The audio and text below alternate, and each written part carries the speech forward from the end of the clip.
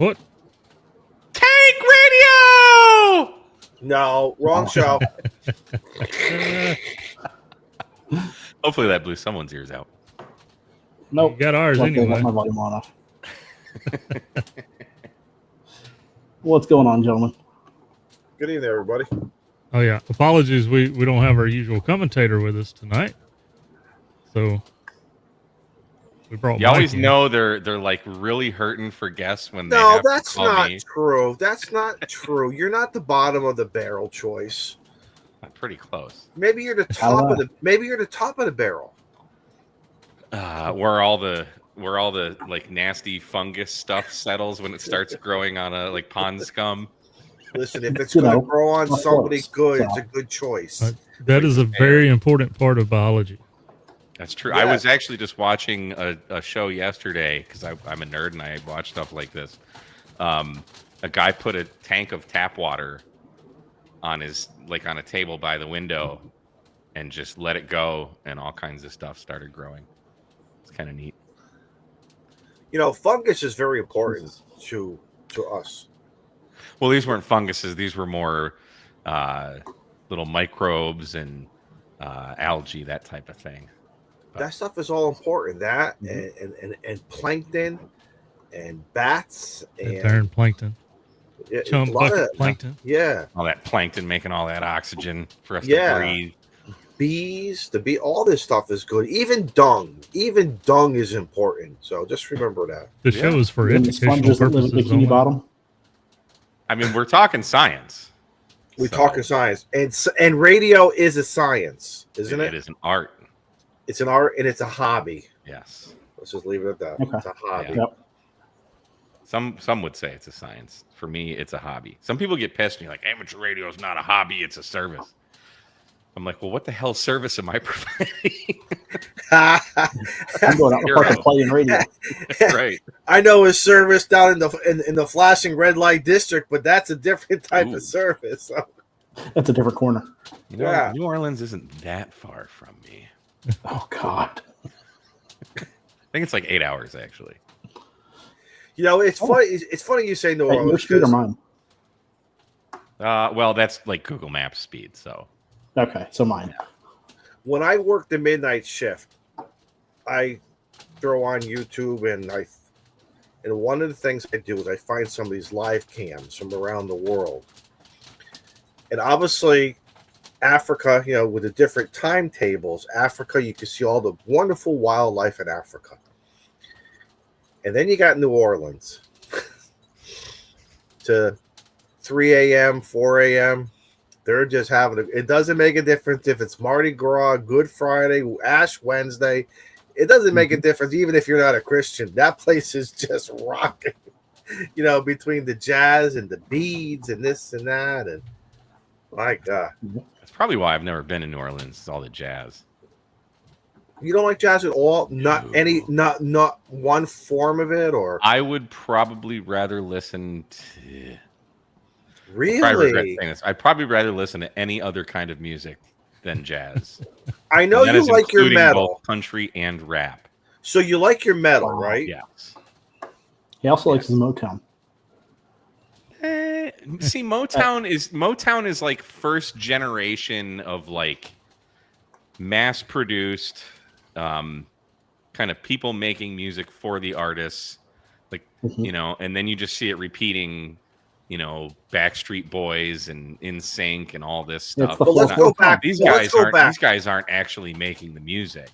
All right, but would you think Elvis was first, then it went to doo-wop?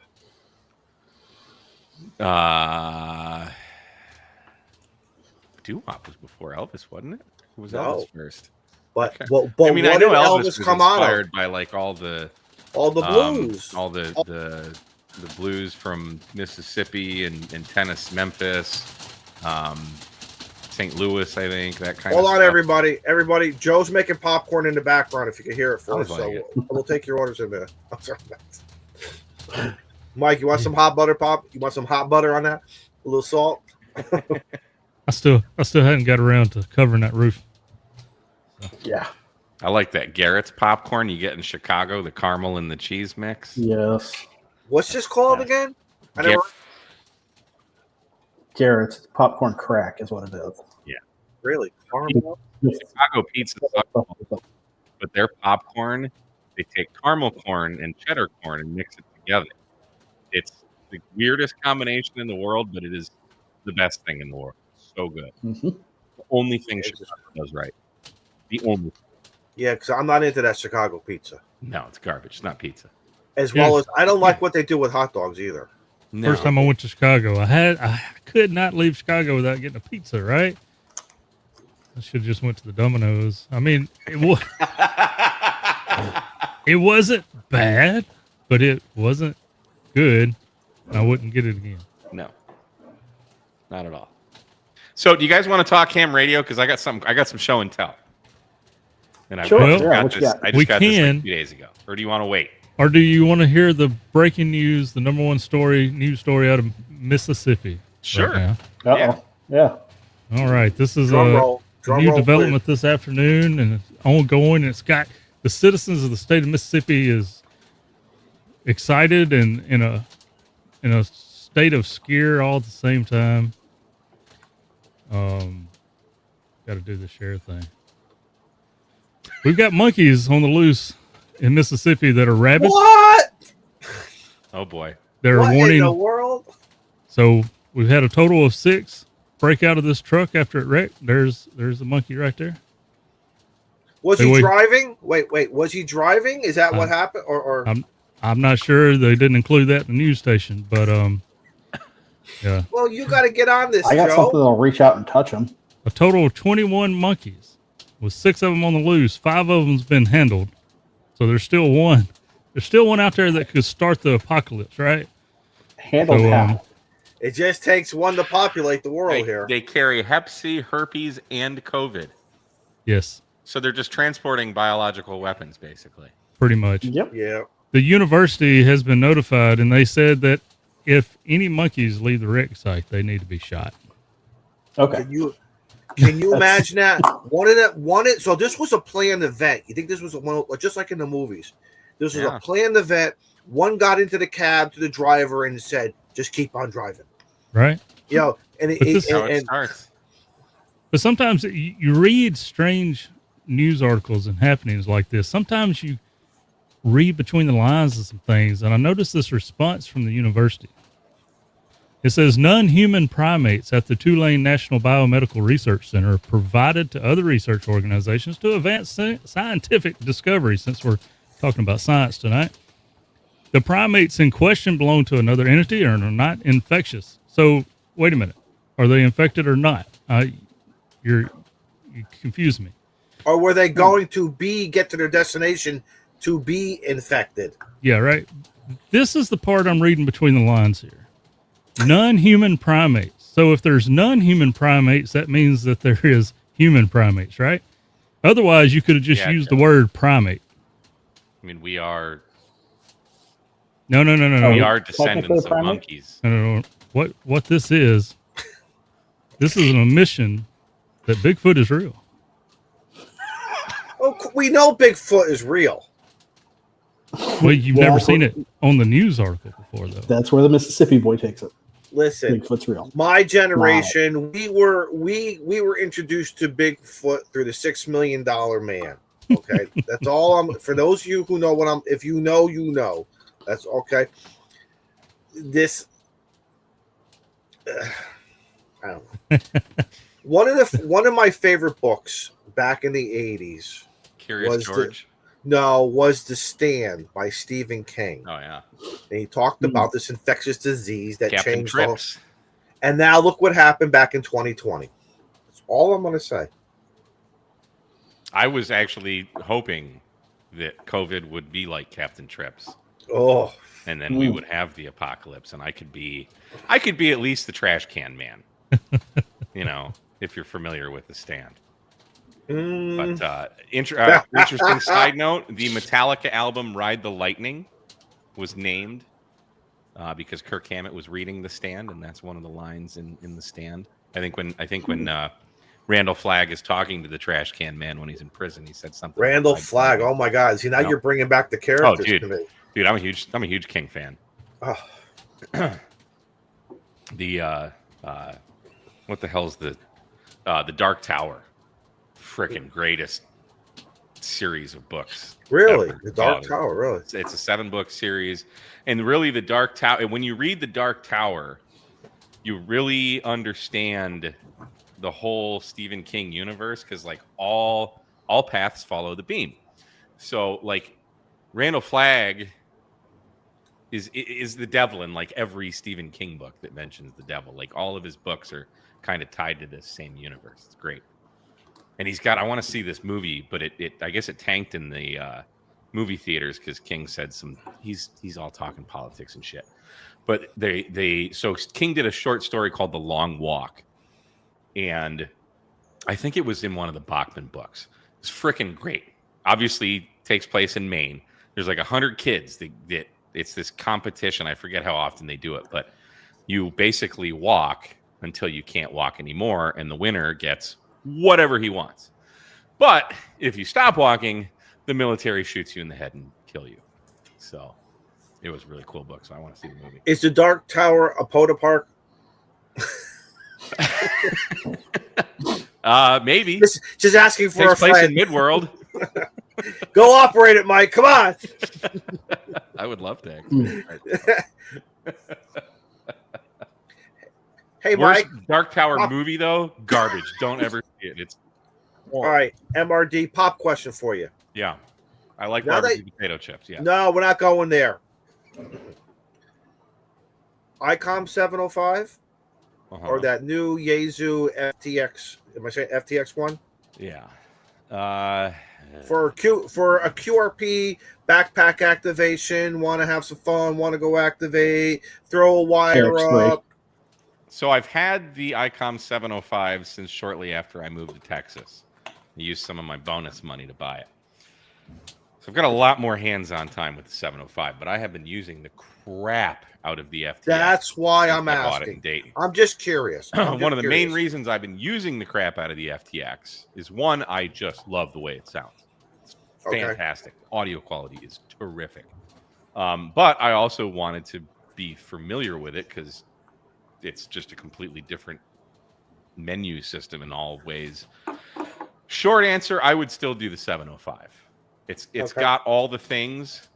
It has Bluetooth built in. It has GPS built in. It has wireless LAN built in. It's a few years old, so it's cheaper. Still an ICOM, and you get the ICOM menus, so they're intuitive. And the sound quality isn't that much different between the FTX. I mean, the FTX does sound a little better to my ears anyway. In what way? But it's not in a bassier way or more natural. How would you? Well, so it's got a quieter receiver. And this, I'm not going off of specs. I'm just going by how human. It sounds. So right, exactly. There's less static in the background and more of what you're actually trying to hear. I think the frequency range is better. So, I mean, it just sounds better, and it's louder, which to me, it's loud and it's clear. So you can crank the volume on it, and you can hear it all the way across the park, literally. But it doesn't really distort.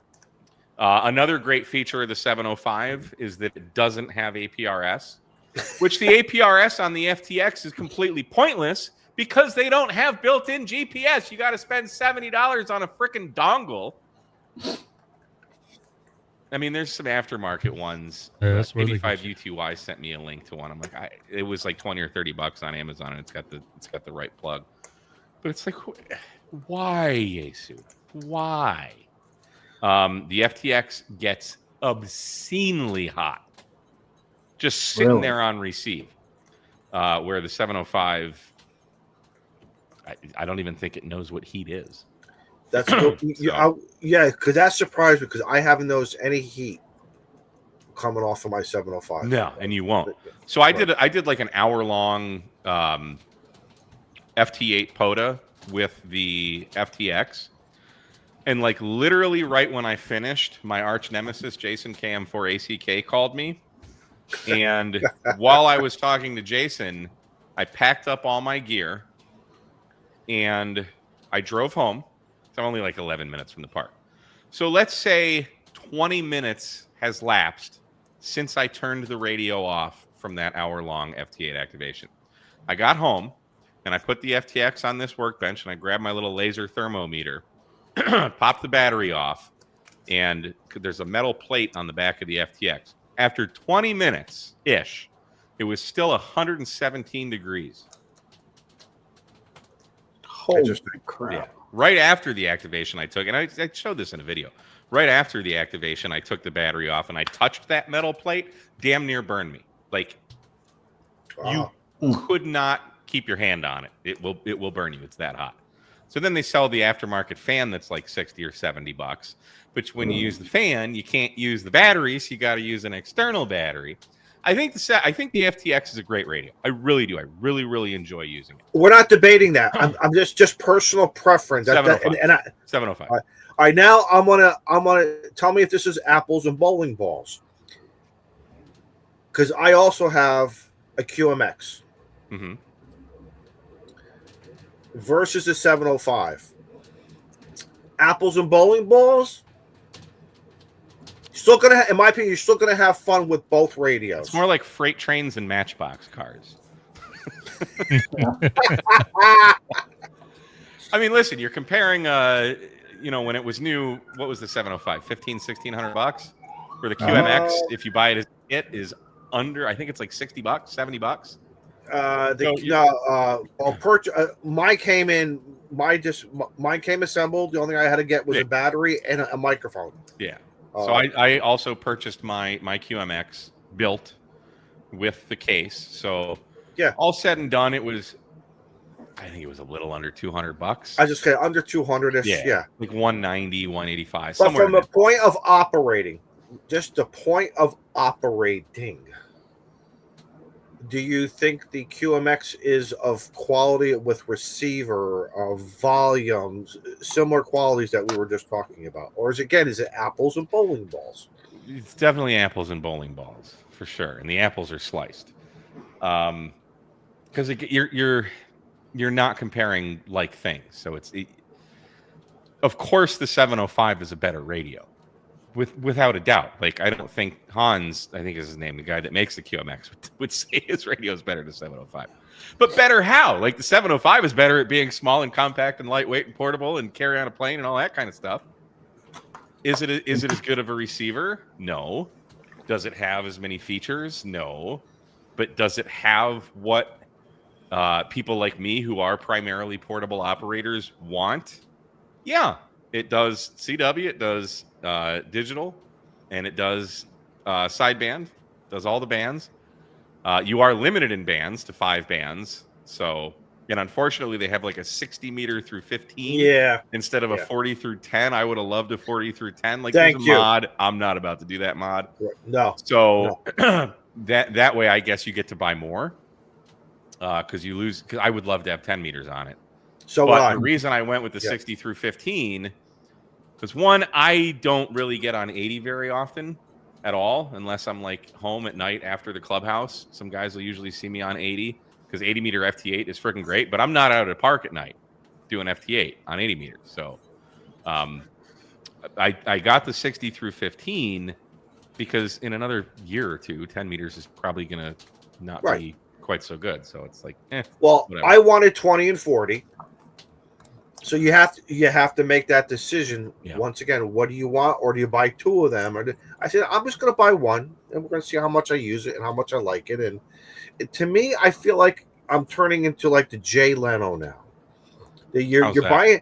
You're not wearing jeans. No, or any other individual who has a lot of radios, along with my antennas. And you selectively use a radio and or antenna depending on what you're going to do. And if you haven't used one in a while, you take it out for a run. Yeah.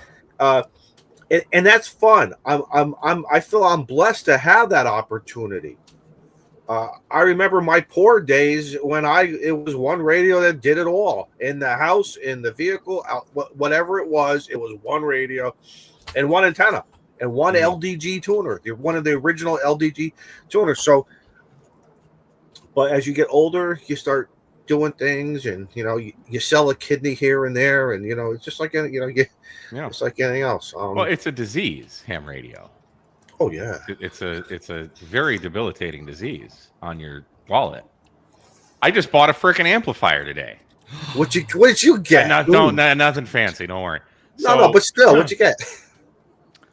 So, like, the whole reason I went to St. Louis and we designed these QR zombie keys is because I needed a key to have for my FTX bag, right? So today I'm doing a video for my 705 with the that USB-C drop-in replacement board for it. I finally bought one of those.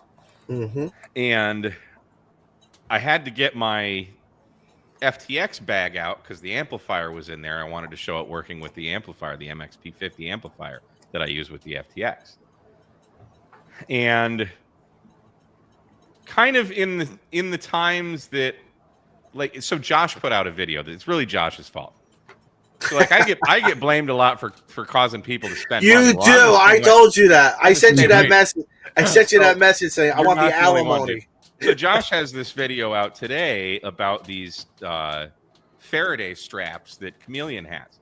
But Josh is using his 705 with this micro PA 50 amp. I'm like, damn it.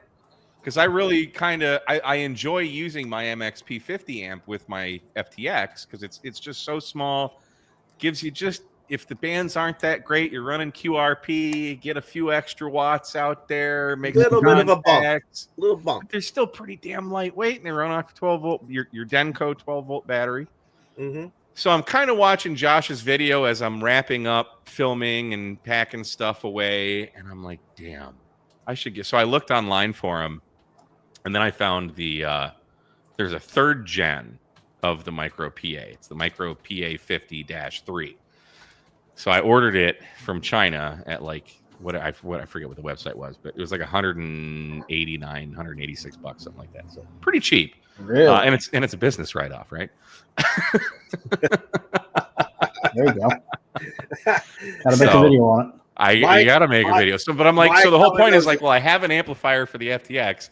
Now I need an amplifier for the 705. Yes. So, yeah. Mike, when you find that link, can you send it to me? What, for the amp? For the amp, yeah. Yeah, hang on. It was like ham. Shoot, where is it? Earlier today. Where's my history? Ham Geek. Heck, Steve, with you being in California, maybe the boat will come in and you can get it right off the boat. Right. 186 bucks, yeah. I'll just pick up Mike's and I'll drop it in the private chat there. All right, appreciate it. If you want to drop that in the public chat, knock yourself out. Okay, was that are you done with your questions, Don, or do you still have more? No, I want to do a memoriam. Is that the right word? A memoriam? What died? What did you fry? No. Some people that around the world over the last few weeks have passed away, and I just want to give a quick shout out to them. Me growing up, Ace Frehley was one of those guys who he was kind of a mystery to some people, and other people, I don't know if I would classify him almost as a cult guitarist, because not everybody, if you knew him, and you like him, and you followed him even after Kiss and before Kiss, and that kind of hit me hard when I heard he passed away. I don't know why, it just did. I always enjoyed listening to him. No, Dell, I'm not recruiting for the Kiss Army. I'm pretty sure his last name is pronounced Fraley. Fraley, yeah. Everyone has a different, as well as. Well, per Sal Governale from the Howard Stern show. If you listen to Sal, yes, and we'll just stop. We all know he's smart. He's smart. For those of you who have been to many ham fests around the country, there was always Quicksilver Products, and its founder John B passed away.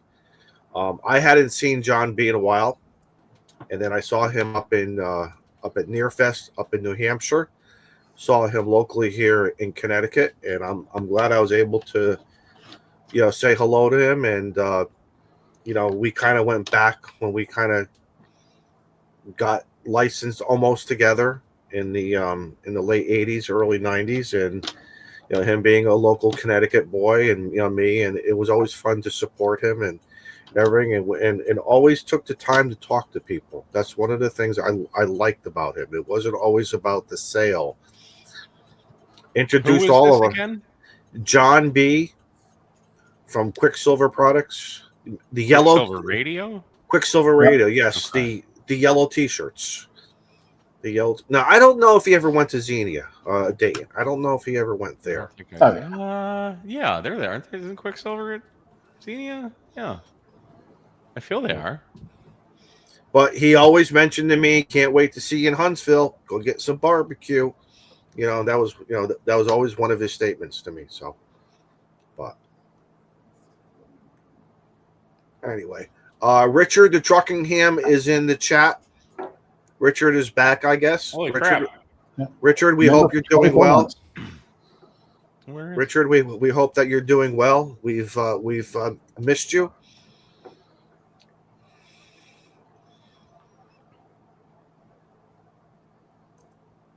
Well, that's awesome to see, Richard.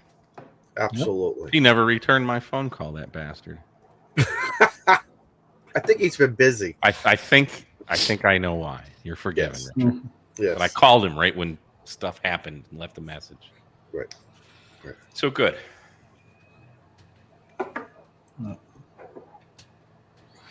So what else is going on?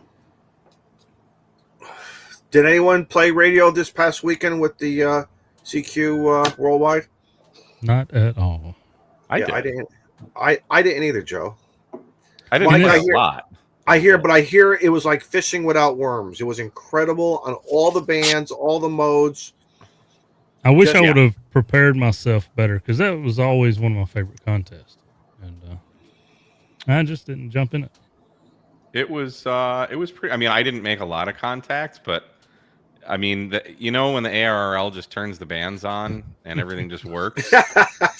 Well, that's because you what paid your dues. Yeah. So Like the I got free to play weekends. Yeah. Exactly. it's like the 25 CDs for a penny. Yeah. When the hell? Okay. Question from Matt in the chat. So in other words, you with all your antennas, Matt, and you know where I'm going with this. You didn't have another antenna with you. Oh boy, you're going to get a beating. You're going to get a beating. Matt from Reliance Antennas, one of the greatest in my opinion, one of the top 5 great antenna manufacturers right now. Well, I've got one sitting around here somewhere that Dave gave me, Meshtastic Dave, and I've still never used it. I really like Reliance Antennas. There you go. That what's that? The Bug Out Mini? Yeah. I don't know. Oh, that Yep. Got one up in the backyard, still hanging up now for 5 months now. It was put up as a spare. Right now, it's been my primary. It's kind of moved to the primary. So I was gonna say, go check, make sure the squirrels haven't chewed on it. Yeah, for some reason, hey, that's okay. Just key up when they do. Yeah, exactly. There you go. I use the ABR feed line with it. Run it right here into the tent. I got a Y connector that can go into the bedroom there, so I can whatever radio I want to use. So between a 10-watt radio, a 5-watt radio, or a 100-watt radio. So I got a problem. Oh, I ain't got no beer. I'll be right back. Oh, crap. going for beer too. Nice.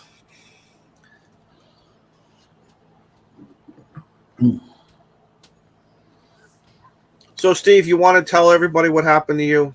How do you get out to California in less than 5 hours? That's a great question because I don't effing know.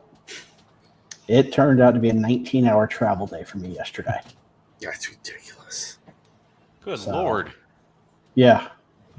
Thank you, American Airlines.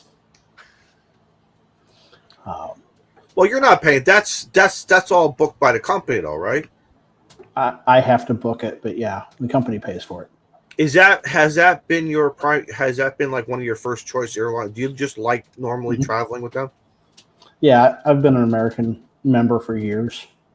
I had family that used to work for them, so it's always been. They've generally been good, but they've been slipping here lately. I canceled my flight out of San Diego on Friday, and then Monday it was nothing but airplane issues and reroutes and everything else. Yeah, Randy, I know. Should have flown Southwest. I don't understand what that means. Who got the fried chicken? I like fried chicken.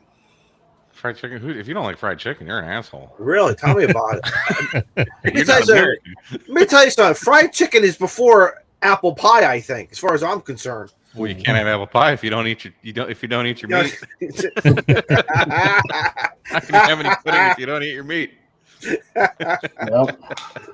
Fried chicken's right up there with pizza. It's a great fresh, and it's a wonderful the next morning straight out of the fridge. Right? Wasn't April supposed to make us fried chicken out at Huntsville? There ain't no telling what she was going to. Oh, now that makes more sense. Yeah. Yeah, dude. That's Last year at Huntsville. Who's April? Holy crap! She made April Richard's girlfriend. Yeah, she cooked a banging dinner with fried chicken and all kinds of fixings. You know what I like about fried chicken? Everyone's recipe is always a little bit different. And I can't remember if I ever had a bad one. It's just the meat and the seasoning and the breading. White meat or dark meat? Oh, I don't care. I like them all. White or dark. I know you got it. I don't like white meat. And I want baked beans with it and some cornbread and mashed potatoes. Mashed potatoes, but sometimes don't drown. Good mashed potatoes should not be drowned in gravy. No, So can you really have too much gravy though? No. I know, but I want to dip my cornbread in the gravy. You dip the chicken in the gravy, and then sometimes you take a swipe of those potatoes on the other side of it. You hit it this way, you hit it that way. Yeah. And then in my cousin Vinny, I always try to take a drumstick. I try to take it out, suck it in, and pull it right out. So all you got left is the bone. What do? I put it. No way! I caught that. Too late. We already got it recorded. You got to get up early in the morning, Mr. MRD, to put something over my head. That's how they did it in the cartoons too. Like I feel it was like the Robin Hood cartoon, the Disney one, where like the sheriff is like eating the chicken and did what Don did, and they just pull it off so easily. I'm like, why does that not work when I eat chicken? It looks so good, so good. So. Anyway, can we talk about ham radio now? Because I really want to show this. Sure. Yeah, what you got, Mike? So. Oh yeah, show and tell. I mean, it's not anything special, but so I like my coax. We know that, right? Right. I like me some Messi and Poloni. I like me some ABR. Now, I have these inline chokes from ABR Industries that look something like that, right? Correct. Yeah. You got a PL259 there and SO239 there. You got a bunch of ferrite beads here, right? From ABR Industries. Use code K at MRD, save up to 20%. So when I'm using ABR Industries coax, I use the ABR Industries chokes. And when I'm using Messi and Poloni coax, I'm using ABR Industries chokes. But what if I don't want to use an ABR choke? What if you got to accessorize? That's like putting a crappy Chrysler engine in a Ford Mustang, right? You don't mix it, and not ABR is good. They're not crappy. So there's a gentleman by the name of Brian. He lives in Ohio. We won't hold that too much against him. His call sign is Kilo Foxtrot 8 Alpha Sierra Echo. That's the Buckeye State. Yeah, I know. And great Buckeye chocolate and peanut butter balls. I know. But go ahead. That's kind of about it for the cool things that come out of Ohio. Yeah. Okay? Black Swamp Radio. As someone who grew up in Michigan, believe me, I know how much Ohio sucks. Just ask them. And I'm sure they would say the same about me. Anyway, so Brian out of Ohio he buys Messi and Poloni coax and the Evo connectors, and he makes chokes out of Messi and Poloni. What a noble idea. I know, right? So this is the he calls this the POTA choke. So this is made with Messi and Poloni Ultraflex 7 coax. And then you have the Evo connectors. There's the PL259, or excuse me, the SO239, and then the PL259. Guys, if you haven't used Messi and Poloni Evo connectors, you are missing out. So there's that one. This one has 5. Yeah. These are who the hell's is it Fairright? The brand? Okay. I believe it's Ferro. Yes. I think it's Fairright. Like I have the email literally on the next page over. I could look, but actually I could share my screen. So then there's also this little QRP one that's made with Airborne 5 coax inside, and you've got the Messi and Poloni Evo BNC male, and then the BNC female on the other side, and then 3 little chokes there. And then he also makes some high power ones, but I don't have those. So he just sent those to me. And actually, let me share my screen because I get asked about inline chokes all the frickin' time. Mm-hmm. Chrome is requesting to bypass the system private window. Sure, I hate Chrome so much. And let's share that one. And you might need to allow that. So here's the web page. Gotcha. So he's on Etsy. Let me copy this here. And wrong button. Wrong button. He pulled a Molson. He did a Molson on himself. at least I didn't get the screen. Right. Yeah, that's why we don't give you that link. I thought I hit private chat, but then here. Listen, we know this is your first time doing a live stream. Listen, I don't Vern, do that's great. very much. There's Vern the says, Hey, Vern. Matt uses. oh, fuck you, Vern. Vern, thank you for coming on the show tonight. I'm canceling my thing. We're going camping next month. All right, share that freaking screen again. All right, gotcha. So it's on Etsy. I just dropped the link in the chat there. Yep. So he's got a few different ones here. So these 2 big bastards right here are like the high-powered ones. Okay, so those are the super choke, he calls them. Now this one says with sinks. So Messi and Poloni on their larger Evo connectors, you can get these heat sinks that add on to it. So if you're pushing power and doing like FT8 at 1500 watts, these heat sinks will dissipate the heat on the coax. So that's the Italian version. It's Italian coax. So yeah. So there's 6 Like chokes Brent says, around you're coming that. to see him. I know. I'm coming to see Renee. I'm coming to get my camper, and I'm not giving it back. Did you buy her camper? No, but I'm just going to steal it. I put a trailer hitch on my car last week too, so I'm happy. Nice. So you got these. So this is made with Ultraflex 10 coax, and you got a bunch of chokes and a bunch of wraps there, or you can get it without the heat sinks. Oh, there it is. Yeah. So notice you don't have the heat sinks there, and then that's the POTA choke there, which is that guy. So that's $85, and then you have the QRP choke, which is the little baby guy, and that's $50. And he makes them all by hand. And yeah, that's it. So if you want to accessorize your Messi and Poloni coaxial cable with Messi and Poloni inline RFI chokes, now you can. So So I'll make a video about I'm this. seeing but I a just got couple these, couple comments in the chat about the $155 price tag. If you're well, they're running hams. They're going to bitch anyway. So if you're running enough power to need heat sinks on your coax, that is a very small price. That is true. Well, probably the not only cheapest that, thing in but your bag. Look at the cost on M&P coax, but it's quality stuff, and the cost on the connectors. He's not making a lot of money there. I never would have thought about heat sinks. Oh yeah, I've on my got some. coax. I've got some. Mm-hmm. Now I want to have enough power to make my coax get hot. I know. You've got enough power. Yeah, so he has he's got a lot of customers that are running Italian power, Mhm. and when they're doing digital, especially, I like that Italian power. when the next time you do like a hardcore FT8 session, reach in the back of your radio and touch your PL259. See how hot it is. I'm good, thanks. At just 100 watts, and then do it with an amplifier. So this protects the dielectric from getting too hot. So yeah, they're pretty cool. But yeah, so I mean, you've got, I don't know what an Evo connector is. They're probably 15 or so bucks. So 30.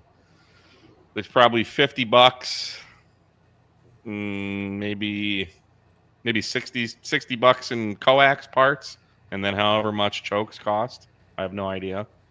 But yeah, I mean, the guy's doing a service. She's going to make some profit. So, but what a typical ham answer. Oh, they're so friggin' expensive. Then don't buy it. Go make your own, dummy. God damn, everybody bitch. First, you could say they're free. And somebody's who bitched? Who bitched? Let me call them out. I don't feel like searching through it. So anyway, that's my spiel. So I just got these. I thought they were pretty cool. And Mike, and I just want to confirm the choke goes close to the antenna on the antenna side. That depends. Well, what? No, there is no well. It depends. Well, no, logic says you want to keep it off the feed line. So you want to choke it up there, not. It's part of the feed line. Yes. Dell, you cheap bastard.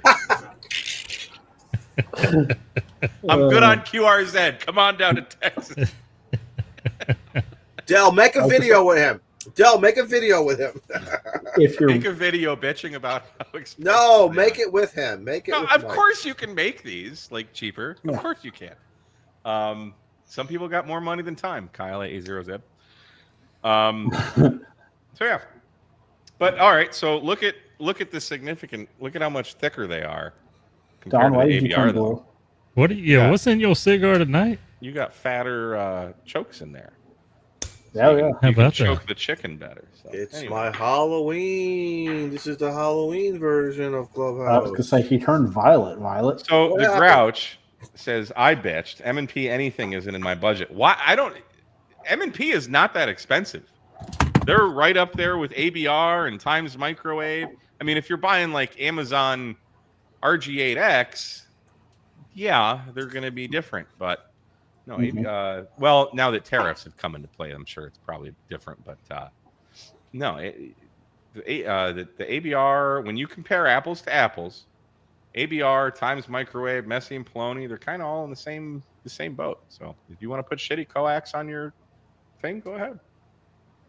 And on the I don't choking care. side, if you're running in-fed half wave, you choke at the radio. Yes. You could choke it at the antenna if you use a counterpoise, but I don't use a counterpoise with my end-feds. Nope. So with a 9-to-1, I think I put it, if I use one with a 9-to-1, I would put it right at the antenna because I use a counterpoise with that. If I'm using a DX Commander, I would put it right at the antenna. If I'm using a Wolfer or coils, I would put it right at the antenna. You know, something that has its own ground plane wires or radial wires or counterpoise wires, you're going to put it right at the antenna. But if you're using the coax as the counterpoise, you're going to put it at the radio. Yep. Or a dipole, you would put it right at the feed point, right at the antenna, that kind of thing. Why not just do both? You could. Then you could spend twice as much on a choke if you want. It's not really necessary. It made me think of a very interesting situation. So the Primate 8 suggested that choking at the antenna and at the back of your radio. So I tried it. And I don't know how to explain it, but I could hear fine. But as soon as I would key up and transmit, when I'd let go of the mic, receive was completely gone on the 7300 until I click the key again. I take it out of line, and it's fine. Is that like an AGC setting, maybe? I don't know. Huh. I just took it off the back of the radio, and now I have an extra ferrite. There you go. Yeah. Simple solution. Experiment. It depends. Yeah, I'm experimenting here with my camera, and I don't understand why this is going to, unless there's an internet issue somewhere. Did you? lagging. What did Violet Beauregard eat? or drink? Not the grape stuff? Schnozzenberries. Maybe you need a fizzy lifting drink. I don't know what an isolation transformer is. I'm not that smart. I was to say, I can't left tell that you. question up for the smarter guys. I Yeah, it ain't me. couldn't tell you. My Palomar 49-1 has a 1-to-1 built in to it. That was Okay. Your what? my Palomar, whatever. That's the brand name. Yes, it is. The 49-1 that I had to replace it when I got my amplifier. I needed a higher power one, and I went with the cheapest, and then my bands changed. When I say, Sorry. go. They're chasing that monkey. The people in You have a California are Palomar going crazy. antenna. Yeah. Yep. The Bala. The antenna's just 14 gauge wire for my loop. I see. But I'd first got a legal limit Jetstream brand, Balin or whatever, and it changed my bands. Like I couldn't. 10 meters was crap. All my tuning was a little bit different. I didn't like it. Even the receive was different, so I swapped it out. And I seen that Palomar had the 4-to-1, and then the 1-to-1 built into it. It was expensive. It cost about as much as that coax you was showing. People bitched about, but Yeah. But you also got to understand, there's not a lot of demand in the ham radio world to make prices lower, unless you're going to build it yourself. Which a lot of stuff in ham radio you can build yourself. But for the longest time, everyone's bitching about, why don't we have HDMIs on the back of radios? Well, you got to license an HDMI. Everybody's like, well, a Raspberry Pi is $30. It's got an HDMI. Well, they're selling millions of them. So your licensing fee per unit is fractions of a cent. It's justifiable. When you're selling, the 7300's been out for what, 9-10 years now? They just came out with the Mark II that's got HDMI. But the ICOM's only sold 100,000 7300s in that 10 years. So, there's not a volume discount there. So, yeah, it's a very good point. Supply and command, man. Yep. That's all it is. We finally got. Can we start talking about barbecue potato chips and how delicious they are now that Izzo's gone? Well, I would say there's a barbecue place right across the street here that I'm gonna go hit up when I get off of here. Dude, when I lived in Virginia, me and some friends would every year we'd rent a house on the ocean on Emerald Isle in the Outer Banks, and we'd stop at this barbecue joint. It's probably halfway somewhere in North Carolina, and it's just this barbecue buffet, but it was so freaking good. And yeah, I live in Texas. Yeah, it's that barbecue's huge in here, but I don't go to barbecue restaurants very often because they do it here. But man, freaking dude, I love North Carolina or just Carolina barbecue. That vinegary barbecue sauce. You're a vinegar fan? Oh, it's so good. It's so good. Oh, I want, damn it. I would choke on that. So you get it? Choke. Yep. There you go. Mike, anytime you want to come over to Charleston, come on. I've never really. I've driven through South Carolina 100 times when I was a kid going to North Carolina from Florida, but I've never really hung out in South Carolina. We're south of the border. Is that North Carolina or South Carolina? No, South Carolina. So, could you just ask which state is south, Don? OVF. No, Don's favorite thing about south of the border ICOM was South of the border. What are you talking about? Oh, it's a right great there on the North Carolina South Carolina border. Is that a restaurant? Tourist trap. Fireworks, alligator heads, candy. Oh, I mean that was back in 1973, 74 when I went down there. So I'm sure things have changed, but okay. Maps, postcards. Maps. Yeah, back then we had maps. We got them now. It's on our phone. Because old John agrees with you. They're all tourist traps. Yeah. You got to go in at least once. I mean, Bucky's is a tourist trap, but it's a freaking great tourist trap. Yeah. Can't wait. So yeah, when is the party at your house, Steve? Let's go. Maybe Well, here's the deal. you So tell- I'm stealing Renee Six's trailer. Sometime middle of next month, we're going to Louisiana, like literally just over the border of Texas, to a park. We're gonna be camping there for a few days. It's not a state park, but there's state parks in the area. Maybe I'll just keep going with the trailer and come out to South Carolina. Yeah, because it's on the way and all. Come on. I mean, where we're going is almost 3 hours from my house, so I'm already almost there. That's Practically. Well, you're used to that Texas stuff. Everyone says in Texas, 3 hours is normal, right?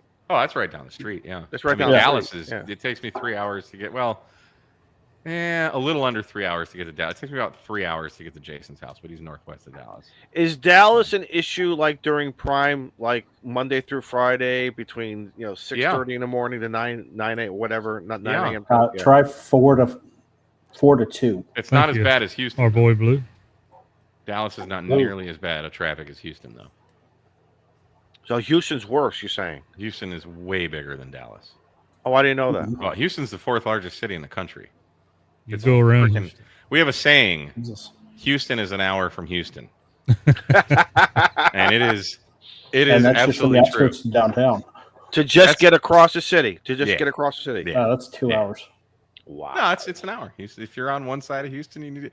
Doesn't matter wherever you are in Houston and wherever you need to go. It's an hour. With no traffic.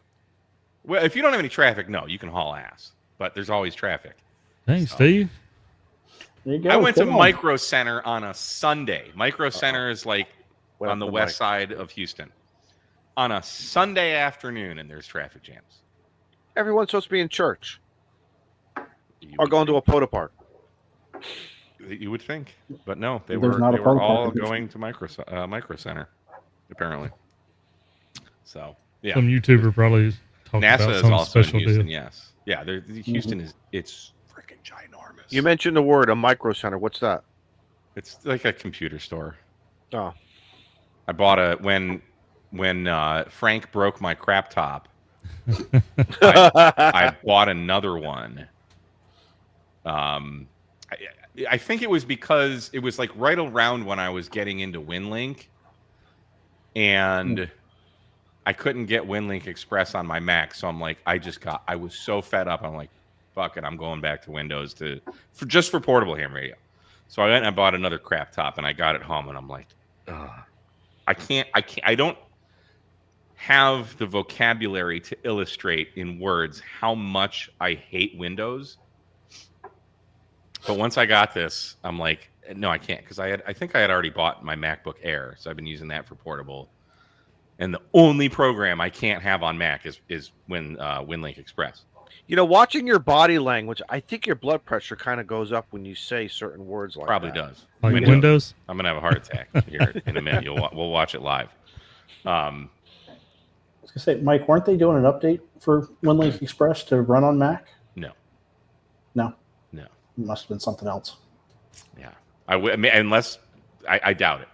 I doubt. Is it. I that did what a they whole call video. Is that the emulator? Is that No, is that so what, No. So I bought the okay. crap top. I'm like, and I feel dirty when I touch Windows, but I'm like, I gotta have WinLink Express. So, but I got this thing. I'm like, dude, this thing sucks so bad. So I drove back to Micro Center a few days after I bought it and returned it, and that was when I got in that traffic jam. But so I decided, okay, screw it. I'm only gonna put I use VMware Fusion Pro on my MacBook Air to put Windows 11 on my Mac. So yes, it's an emulator. It's all free. There you go. A virtual machine. There it is. So I literally have Windows on my Mac, on my MacBook Air, just my portable Mac. I will never put it on my MacBook Pro here at home. Just so I can run WinLink Express out in the field. That's it. Mike, So I why- just dropped a link for you in private chat. Hmm? I just dropped a link for you in private chat. WinLink Express on Vara, and Vara on Linux and Mac. Submitted on Wednesday, 2021-06-16. Oh, That's shit. 4 Yep. years old, buddy. Yeah. And basically what that's Thank telling you, you is follow this guy's instructions that don't work and get frustrated, and then go to Micro Center and buy a Windows computer, and then hate Yep. that, and then just go put VMware Fusion Pro. There's a video from 9 to 5 Mac that I watched that showed you how to do it all for free to get VMware Fusion Pro and Windows 11 on your computer. Now, the downside is it's not a paid version of Windows 11, so you don't have, which isn't a big deal, but you can't. They restrict some things, so I can't go into the settings and adjust the audio settings. They're all grayed out. So for most of my radios, it's not a big deal. But for, I think, 2 radios, I know for a fact the Zygu G90. I think the audio is a little hot, and I can't lower it because I can't get into the Windows settings, and possibly my 818. And I've already done the DigiRig like attenuation thing for my G90, where you separate you like cut the solder or the trace in the PCB board to add attenuation. It adds like whatever dBs of attenuation. All right. Windows 11 for $10. Don, text me or email a link if you can. I would happily, well, not happily, but I would pay $10. But I don't know where to look. I'm not a computer guy. Unless someone has explicitly detailed instructions on how to do something. That's how I am with this can't do it. Raspberry I Pi can't stuff. do it. Yeah, that's I how have am the with magic Pi. power of editing, so when I do videos on computers, Make it look good. you don't know how much work went behind the scenes of that to make that video. So, yeah. So my son, who's going into school for this degree of digital creation and all this other stuff, Mm-hmm. I remember when we bought him a Mac, and he says, "Dad, this is it. I have risen, Mm-hmm. and now I can become an artiste and all this." And the things he does, and he just makes it look so simple, natural. I'm Yeah. sure there's some. Mm-hmm. I'm sure there's still a little bit labor, but he just says there's a big difference for how he's using it in the digital world. Yeah. I think And the I think the I won't say the majority, but I think probably more people in the creative space in terms of like music and video editing and music production are using Mac as opposed to Windows. Mhm. I got a bone to pick with Mike. I got to buy a new MP coax now. Good old Vaughn. Vaughn will do it. The Potaflex, either the 6 or the 7. The 7 came out first. I've actually been rocking the Potaflex 6 more often. It's only 1 millimeter thinner, obviously, than the 7, but that actually adds up to quite a bit of weight savings going from the 6 to the 7 in terms of performance. There's not a huge degree of difference there. So Potaflex 6, I like the Airborne 5. I've been using that with my FTX. If you want to talk lightweight and efficient coax, there she goes. Hey, I hope Vaughn's watching.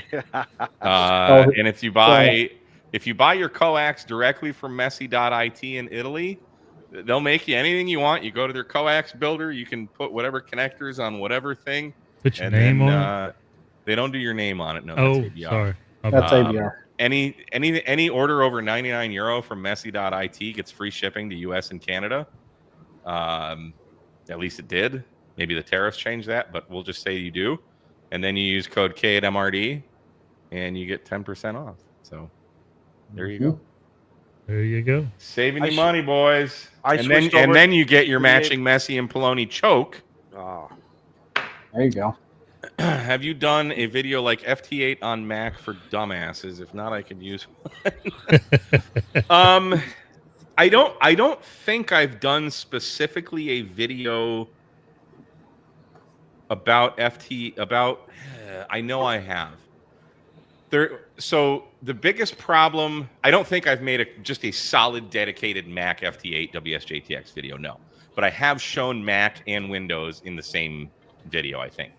So the first thing, if you're having a problem with your WSJTX on a Mac, you didn't do the instructions in the README file, which open the README file, and you literally just copy and paste some commands from the README file into terminal, and then you restart your computer.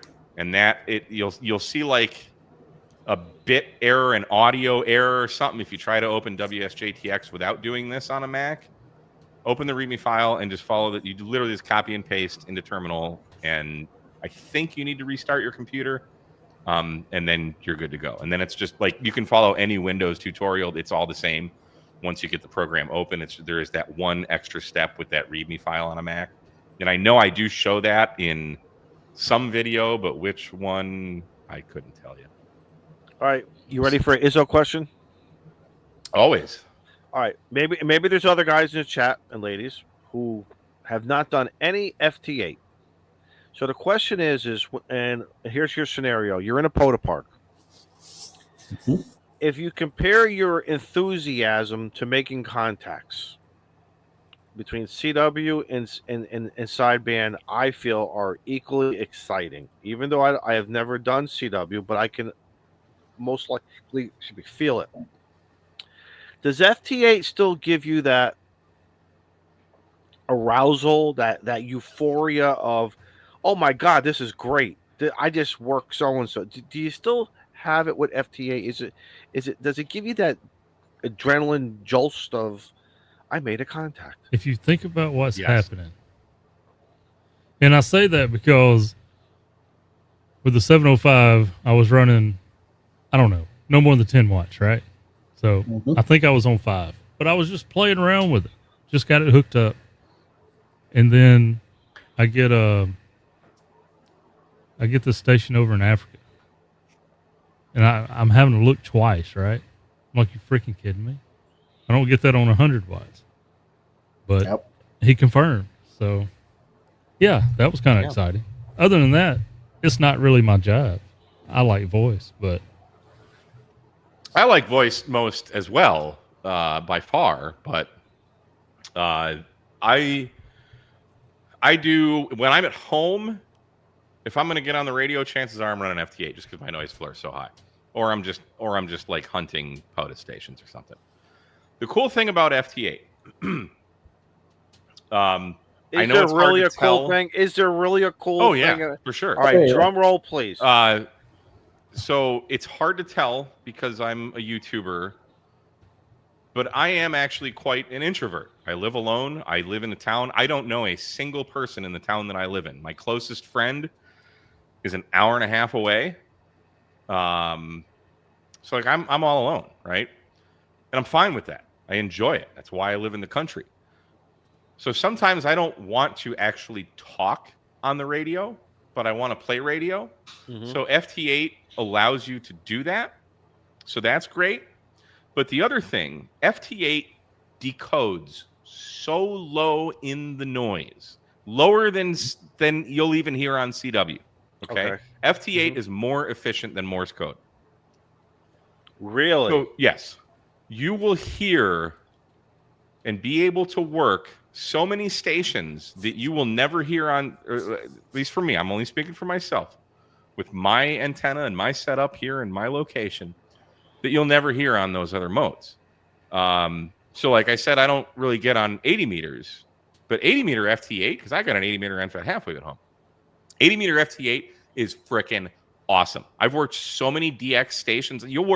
I've worked stations in the middle of the Pacific Ocean that I didn't even know was a place there, right? You're like, right. And especially when you get Grid Tracker up and it kind of shows you on the map and tells you where they are and all that. Grid Tracker, if you're running WSJTX and FT8 without Grid Tracker, you are so missing out on the FT8 experience. It makes it more interactive, I guess. Yes, the computer hears it, but what hears it is my antenna and my radio. The computer's decoding it and controlling the radio, but it's still my station. Okay. And a lot of people say that. Oh, it's your computer doing all the work. Chris is probably in Ohio. He's got an 8 call.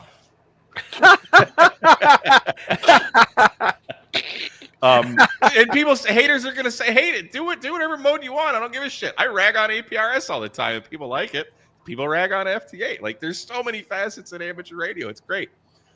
So to answer your question, yes, it is and can be as exciting as working for me anyway. When you see a signal in some just far out bumfuck Egypt country that you've never even heard of in the middle of the ocean, I don't hear stations from these areas on sideband. No. Now, I don't do CW. I did actually do my first CW pod activation when I was in Missouri a couple weeks ago, though. Nice. So that was cool. But I had someone doing the decoding for me. I was just sending. But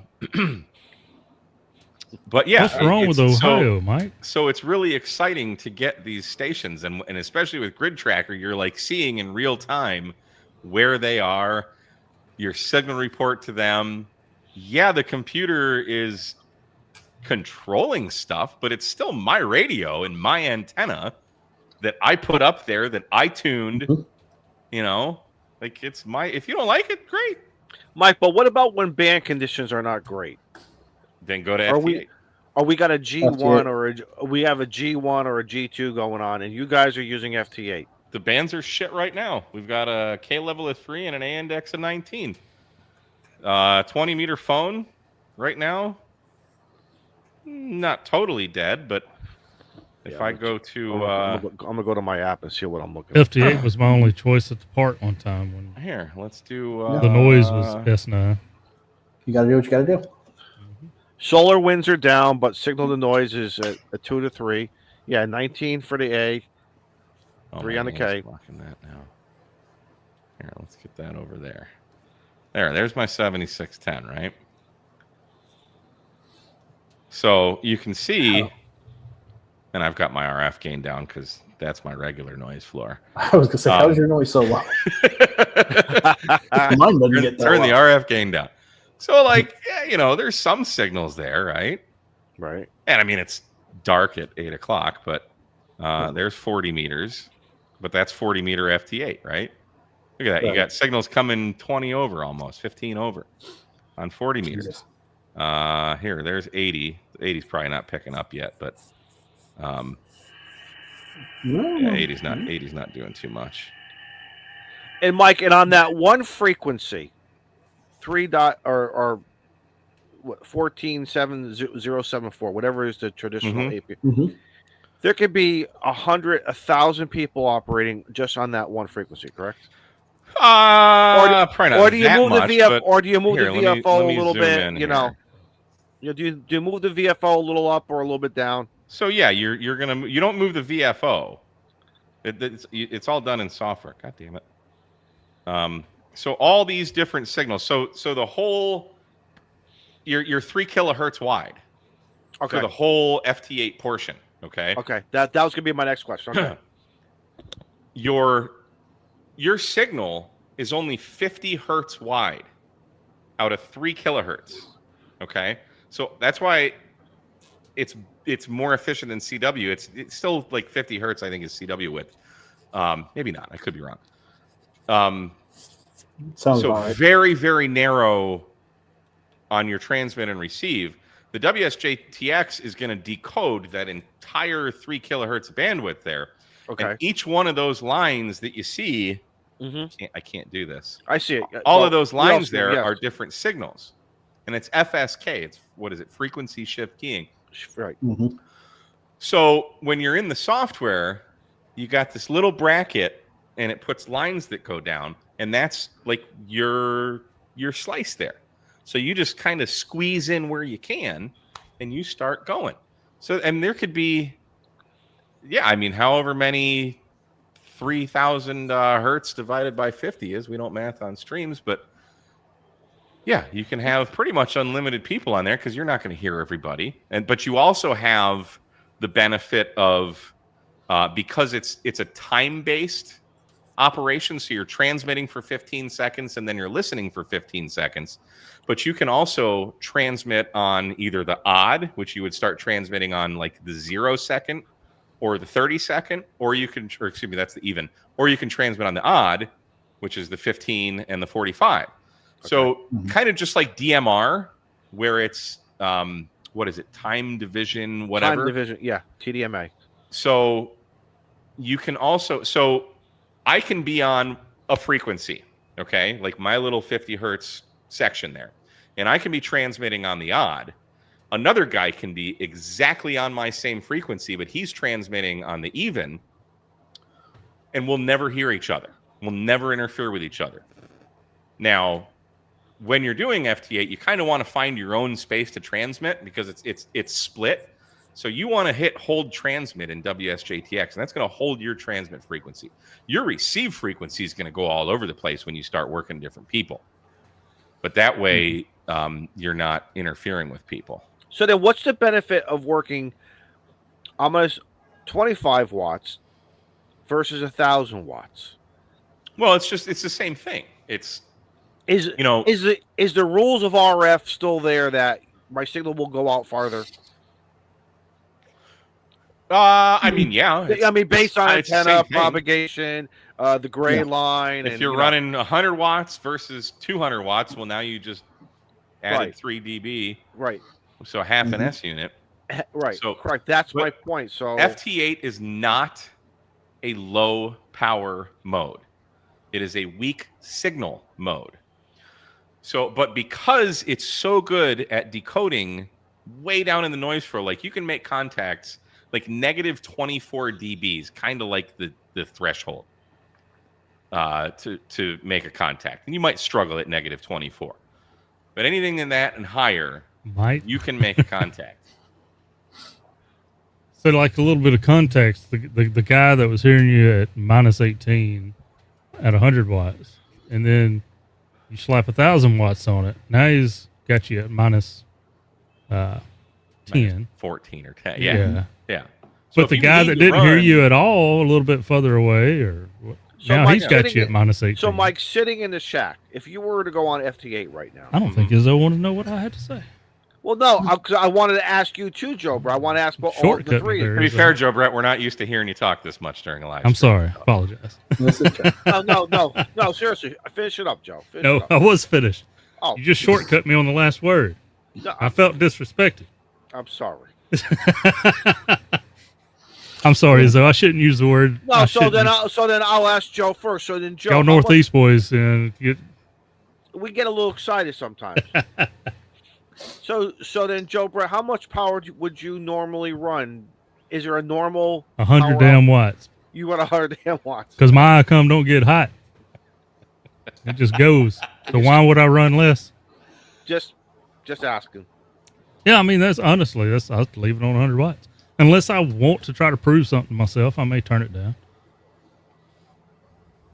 But I don't think the old antenna will handle. I don't think the old tube Amatron over there wants to do a whole lot of FT8, so I don't believe it. No. And Mike, what about you? At home, I run 69 watts. Because you can. Because 69. It's a sexual position. It's funny. But yeah, I run 69 watts. And Steve, what about you? And Steve, what about you? Whatever the antenna will handle. I just watch the SWR.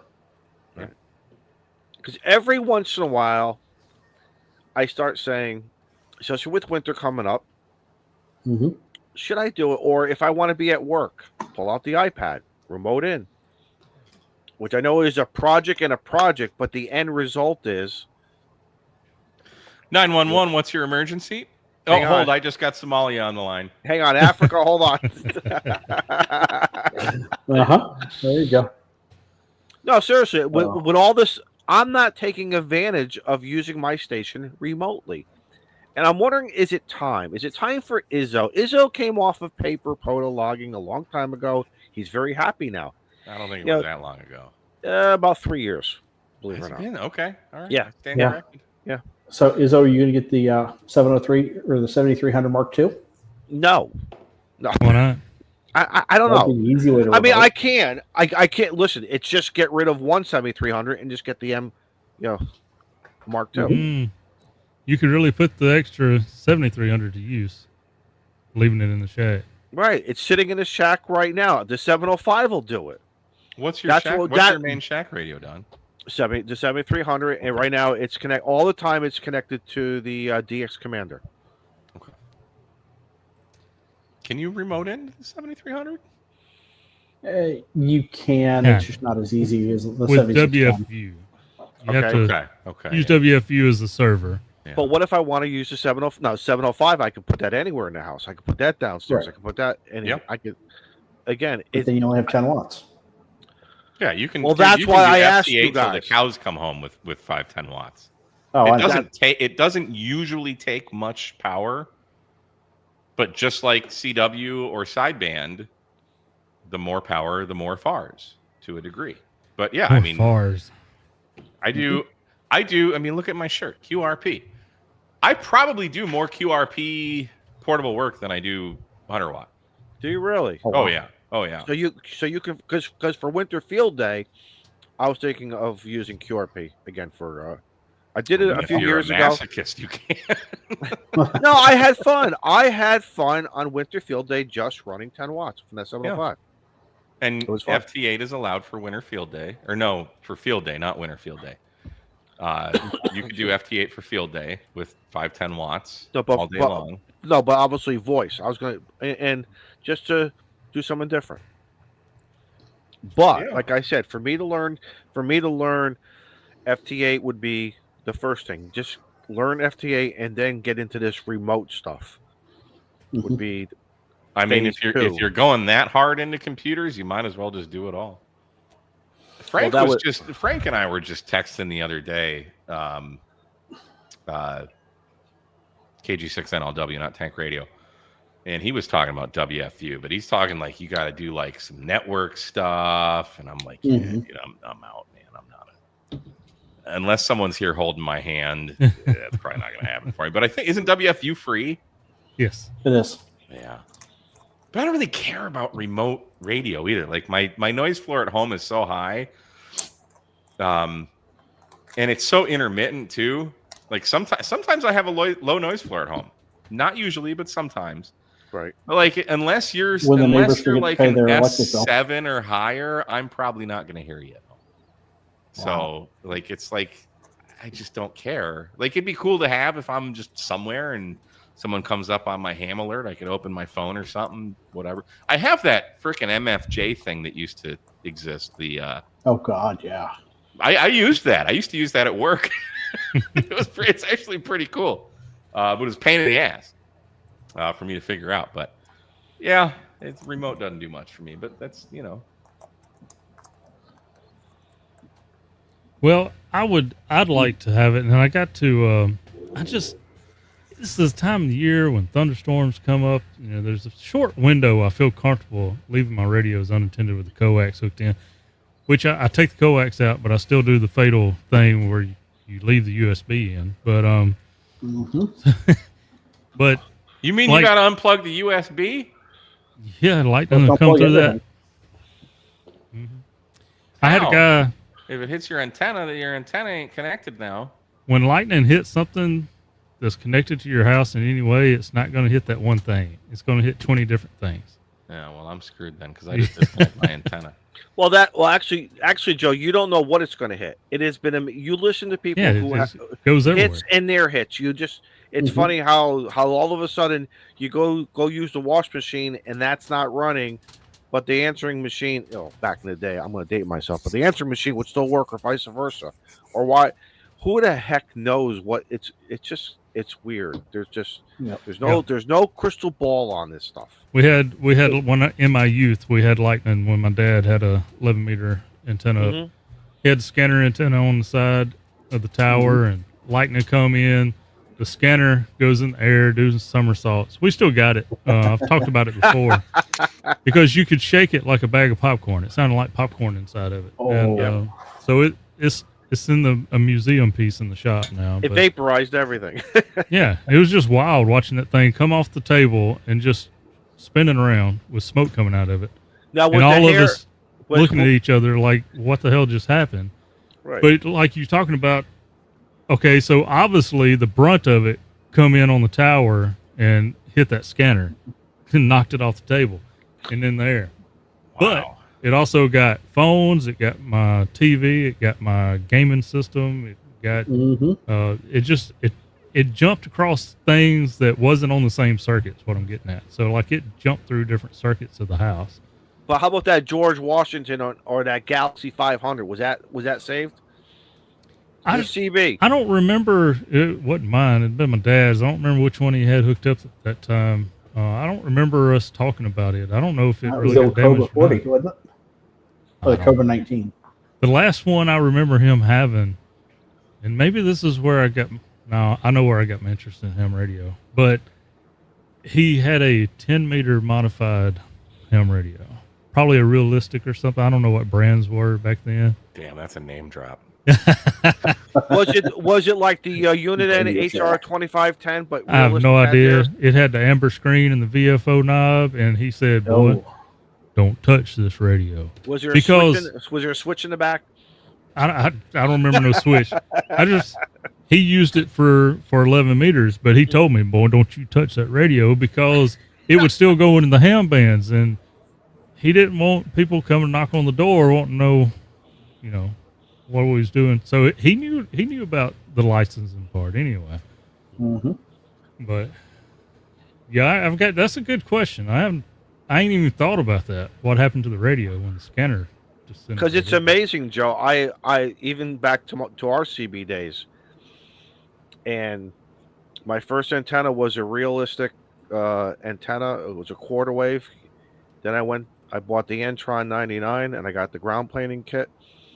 And of course, everything opens up. Quirky James says, if you keep your antennas underground, it really helps reduce the risk of lightning strikes. You get that the underground loop. Yeah. Yeah.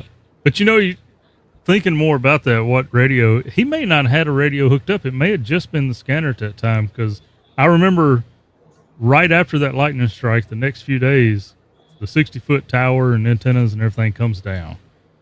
And I remember him saying what he'll tell you now. If I've hooked radios up for him before and put up an antenna in a shop and try to get him back interested somehow. And he's like, it's the same old conversation and he don't want to have it. So he lost interest in it.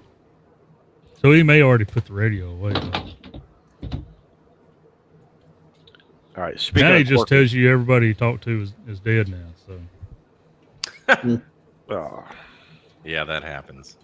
All right. And he's not lying. So. Is that what were you saying? Speaking of quirky, hang on, I'm just downloading some stuff. You got something quirky? I got something quirky here. Should we just do a giveaway and just let him know he's going to give shit away? Yes. Sometimes I think we do that anyway. All right. I think we have done that. Shane just sends people emails. Hey, you gave this away tonight. So he's got that watch, right? With the old thing, whatever it is. You know what I'm talking about? Like, I would never wear that watch because it's not my style. But what if you made an Apple Watch complication, James? Yeah. Oh. See, because I like my Apple Watch. All right. So first and foremost, if you are new to this Clubhouse thing, don't try to click the button first. No. Yeah. It'll pause the live stream. Tempting. James has been a longtime supporter of us. There is that free shipping, $5 discounts. He's got it all on there. Bringing out the flyers, the banners, and all. You can accessorize your shack. You can accessorize your vehicle. You can accessorize your POTA, your soda. There you go, Mike's got that. It's my amateur radio band plan, Matt. Yeah, that's the now. Yeah, this is the mammoth one. This is the one that this is the perfectly fits K at MRD's desk one. But now, with the colder weather in parts of the country, James has a new mat to keep heated. So he has offered to send someone tonight. So everybody in the chat, we're gonna think of a. You know, that's really nice, but me here in Mississippi would only need that 2 weeks out of the year. 2 weeks? Yeah, I at might the end need of February. 2 days. Yeah. That's about right. We get about 2 weeks of winter here. Yeah, whatever you February. get in Texas, I get 2 or 3 days later. Yeah. Steve or Joe, can you bring up that random I've generator? got the giveaway tool. Yep, I've got it. Just need Look at to. Steve need a doing word. things. He said to I come know, to the Clint he- Striker. He set the show up. He did. Let me tell you something. He gets the attaboy this week. Aye. You know, Joe, I think you owe him an apology because you've been riding him hard a little bit. I ain't Still not rode making him for videos, nothing. so. What you- All right, so we need a word here. Mm-hmm. Word. Mecca I'm a lecca dog. hi mecca heiny ho. I vote what Mike Jesus. said. I don't know how to Put that spell in it the private chat. What do you want to do? Lighter fluid is not included. But James will send it to you. We're just sort of like we're like the middle. We're like the We're the middle guys. brokers, We're the brokers. That's Mhm. right. uncommissioned brokers. So we need a word here, boys and girls. There you go. Increased noises got it. Maybe that's it. Oof. You want to write that down, Mike, just so you can use it later? That's not right. It was a better guess than what we did. That says Mecca lecca heiny yo. It's Mecca lecca hi mecca heiny ho. Hang on. All right. I think Dell got it. We can probably Google it. Oh, okay. Just ask Siri. You boys all have iPhones. Oh, is it 2 words? What's the? All right, I'm hang on. dying to hear what this origin is of this word. It's from Pee Wee's Playhouse. Oh, I Oh, remember. yeah. Is that I what it was? remember. I Yeah, remember it Pee Wee's was. Playhouse. Yep. So Heard any good jokes There. lately? make that all one word. Oh, Jesus. Okay. I just copied that from the Google in From the the private Googles. chat there. Got it. I mean, you got to make the kids work for it a little bit, right? Right. Right. And they're getting it for free. Think about how long these giveaways like. There's what Make every other 138 letter a people capital. watching now, right? Oh, God. And then how long we have to wait for everyone to just type. Everyone's typing fastidiously away that these chokes cost money. And then when you're giving free stuff away, you're like, come on, guys, waiting for let's get to 98 entries here. You gotta beg. So you know what? Make them work for it. All right. That's We'll what I make them work for it. Hang on. Whatever y'all want to do. I'm just a facilitator here.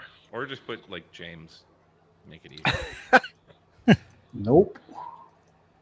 We're going to make them Julie work. doesn't want anything that much. But maybe Vaughn does, Julie. There you go. Dave's got it. Exclamation point, stupid, expensive joke. No, make it meshtastic, Dave. You don't want to make it # Paul Rubens? We could do that. There we go. That's There all you go. one word. All right, And it you is- guys. And it is case sensitive. Yes, it is. Good luck, everyone. Type it exactly, boys, how you see it. Good luck. I don't know. Either somebody already had it correct in the chat or it took mine. And I did a I hashtag. didn't put a hashtag. No, there's no hashtag. Yeah, Adam, don't be copy and pasting me. I ain't give it away that quick. No, only 5 entries. 7. What's taking you people so long? They're all waiting for somebody to type it right so they can Can't copy you and spell paste. Mecca lecca hi mecca heiny ho? Oh, you can see who I copied and pasted it from. Just hit draw. Come on, Ham. Come on, Ham, man. What You is can do it. this? What is this for the heated mat or is this Yes. for? The heated Yeah. map. Yep. The heated map. I wonder how well that would work. I remember I did a POD activate. I think it was like on my birthday. I did a POD activation when I was still in Michigan. And my birthday's at the end of November, so it's not that cold up there yet. Like there's still snow on the ground, but it's like, not negatives yet. Mhm. That probably would have been nice to have a. So I'm curious. Does the whole mat heats? It's got to be like an electric blanket or something. You could fold it around your hands. Think about this, Mike. And warm. You could also I hate wearing gloves. You could also help keep your Denko battery warm from the cold. You don't need to worry about that. Discharging Lithium batteries don't iron like phosphate. Mike, you know what I use? Discharging is fine Mike, below freezing. Oh, I okay. used a glove without the finger up to the first knuckle where they're cut Oh. off. What's the point? No, I use those for everything, whether I'm on a fire call or a POTA or whatever, man. I use those things. I have That should have been the first. That should have been the word, to the first knuckle. the first knuckle. Well, I slip it in. The tip. Well, I slip it in, and it fits perfectly, and Slip it into the first knuckle.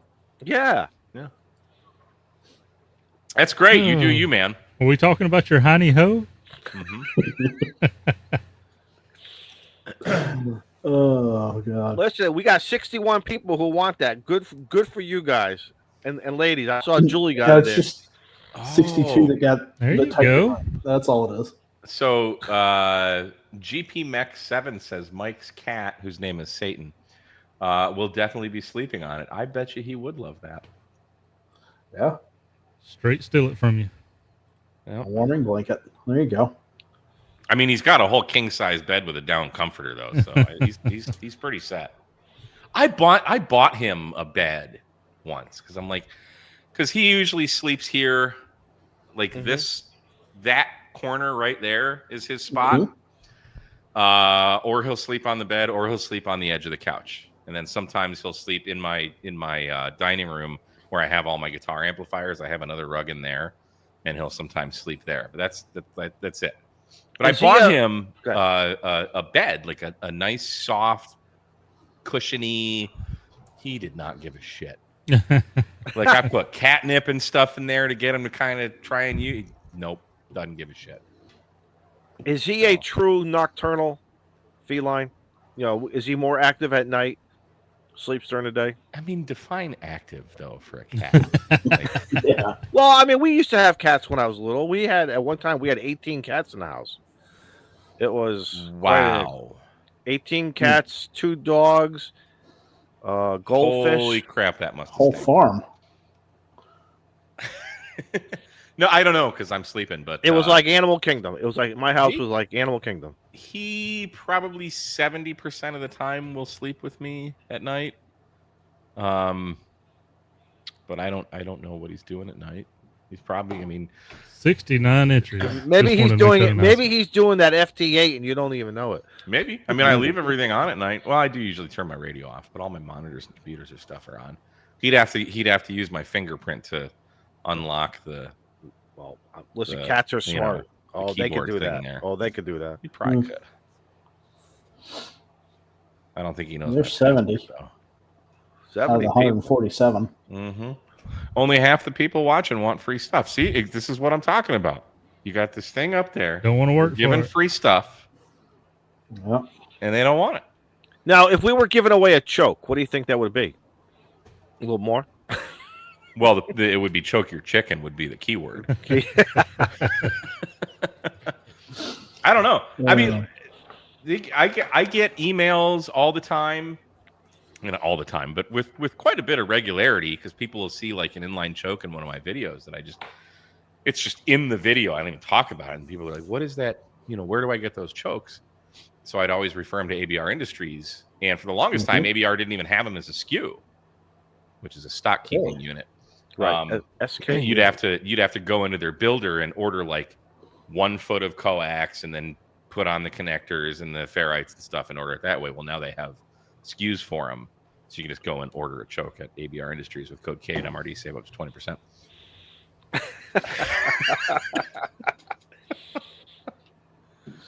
Oh God. James said if we don't hit 100 entries, I'm going to have Frank come work on all y'all's computers. Uh-oh. Let's go, guys. Hamman, Connecticut. Let's go. Type it in. See, if that were NLW, I'd be okay. But if that's Tank, Ooh. I think he No. means tank. See, I'm good. I've got, because I'm all Mac, that's tank deterrent right there. So like he wouldn't even know what to do. I'm surprised he's not a Linux guy. Yes, that surprises me. I figured Tank would be Mr. IT extraordinaire, which I think he is, right? I would imagine Well, he's he's familiar a and comfortable programmer. around Linux. You'd never know it, but Tank he's actually really smart. Oh, Don't say that. His head can't No. get any bigger. no, I think he is a fun, lovable. He'll cut off his right arm for you. Oh yeah. Make I've it had so, some, James. you know, Yes. He bought me a freaking Windows shirt. Something like he got it at Gigaparts a couple years ago when we were in Huntsville. It was like a shoot. I don't even know where it is. I should wear it one day. It's a really comfortable shirt too. It says like, have you tried logging off and logging back in again or something? Did you reboot it? well, there was one back in the day had Control Alt Delete. Try it, Mm-hmm. Yeah. and even I got that. See, on a Mac, it's Command Shift Escape. I think, is it? I don't know. Three-finger Command salute on Option that, Escape. really? Command Option Escape. Which you don't need to use. So, like, WSJTX is a really finicky program. Okay. And, like, if you're trying to set it up and, like, something doesn't work right and you hit test PTT, it just crashes. It doesn't look like it crashes, but it's crashed. And then you close it, and then you still have that little dot in your toolbar at the bottom on a Mac that shows it's open. So you got to like right click it and hit force quit or something like that. WSJTX is not. It's a stable program when it's working. When it's But that's something you have to use with FT8. Is that correct? It runs in tandem, parallel with it, or is that something totally separate? This is just a force close a program. No. But that thing that you just mentioned. WSJTX is what you do FT8 with. Yes. Okay. All right. And JSA call is a keyboard. JSA call is keyboard. It was built on the FT8 platform, but the guy that made JS8 calls like, hey, this is a really cool way of communicating. How can we make this keyboard to keyboard? So he used the same, I'm just going to use the term protocol because I don't know what the hell I'm saying. And he figured out, because FT8 is 15-second transmissions. So the guy that wrote JS8 calls like, okay, well, let's just keep sending characters in 15-second increments until the message is sent. So it's built on, it used in its very, very first iterations, JS8 call used to be called FT8 call. But then developers had a spat and like, you can't use FT8. So he changed the name to JS8 call, but it was built off of FT8. Because I did that. I made one contact, about 10 years ago. And I had fun because I missed the keyboard to keyboard, the old AX25 packet days of keyboard to keyboard stuff. Well, FT8 hasn't been around for 10 years. At 76. If we can get 80, I'll hit the button. See, there you go. Oh, Tank's here. Tech Radio. Hello. Crap, Yep. I hope you didn't hear me complimenting him. His ear. Yeah, his spidey sense. Did we say Tank 3 times? We probably did. Probably. Yeah. Oh, we did. Damn it. I'm sure we sorry. did. I'm sorry. His Motorola Alpha Mate pager went off. Tank, do you do Linux? Are you a Linux guy at all? Do you know how to do all that stuff? Asking for a friend? We're just curious. Man, Lime. I've gotten Sudo- more Probably go familiar with with it. Plus. I know sudo reboot and sudo, I think it's power off or something. So I only know one thing. I like sudo bash. And I don't have to do it's sudo no more. Here. Yeah, he can do Linux. See, and Joe Brett's a freaking cop and he knows how to do this stuff. I'm a nerd cop. Like, cops are freaking stupid. But how, and he's in Mississippi too. So that's strikes 2 and 3 right there. That's why I run a lab. Joe Brett is the only cop that I'm friends with. I don't like police officers. He's touched my badge. Uh-oh, what's Eric saying? You know when Mike is finally bored of FT8 when he is sending APRS messages to Smart Jason in his spare time. I'm not sending APRS messages to Smart Jason in my spare time.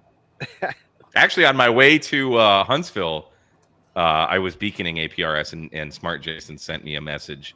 And at some point down I-20, I finally received it. And I messaged him back while I was going like 85 miles an hour with an FTM 300. It's not an easy thing to do. APRS on Yasu. Yasu's like, what's the dumbest way we can do this? They have a board meeting about it, and they brainstorm. And the dumbest ways win, and they get implemented.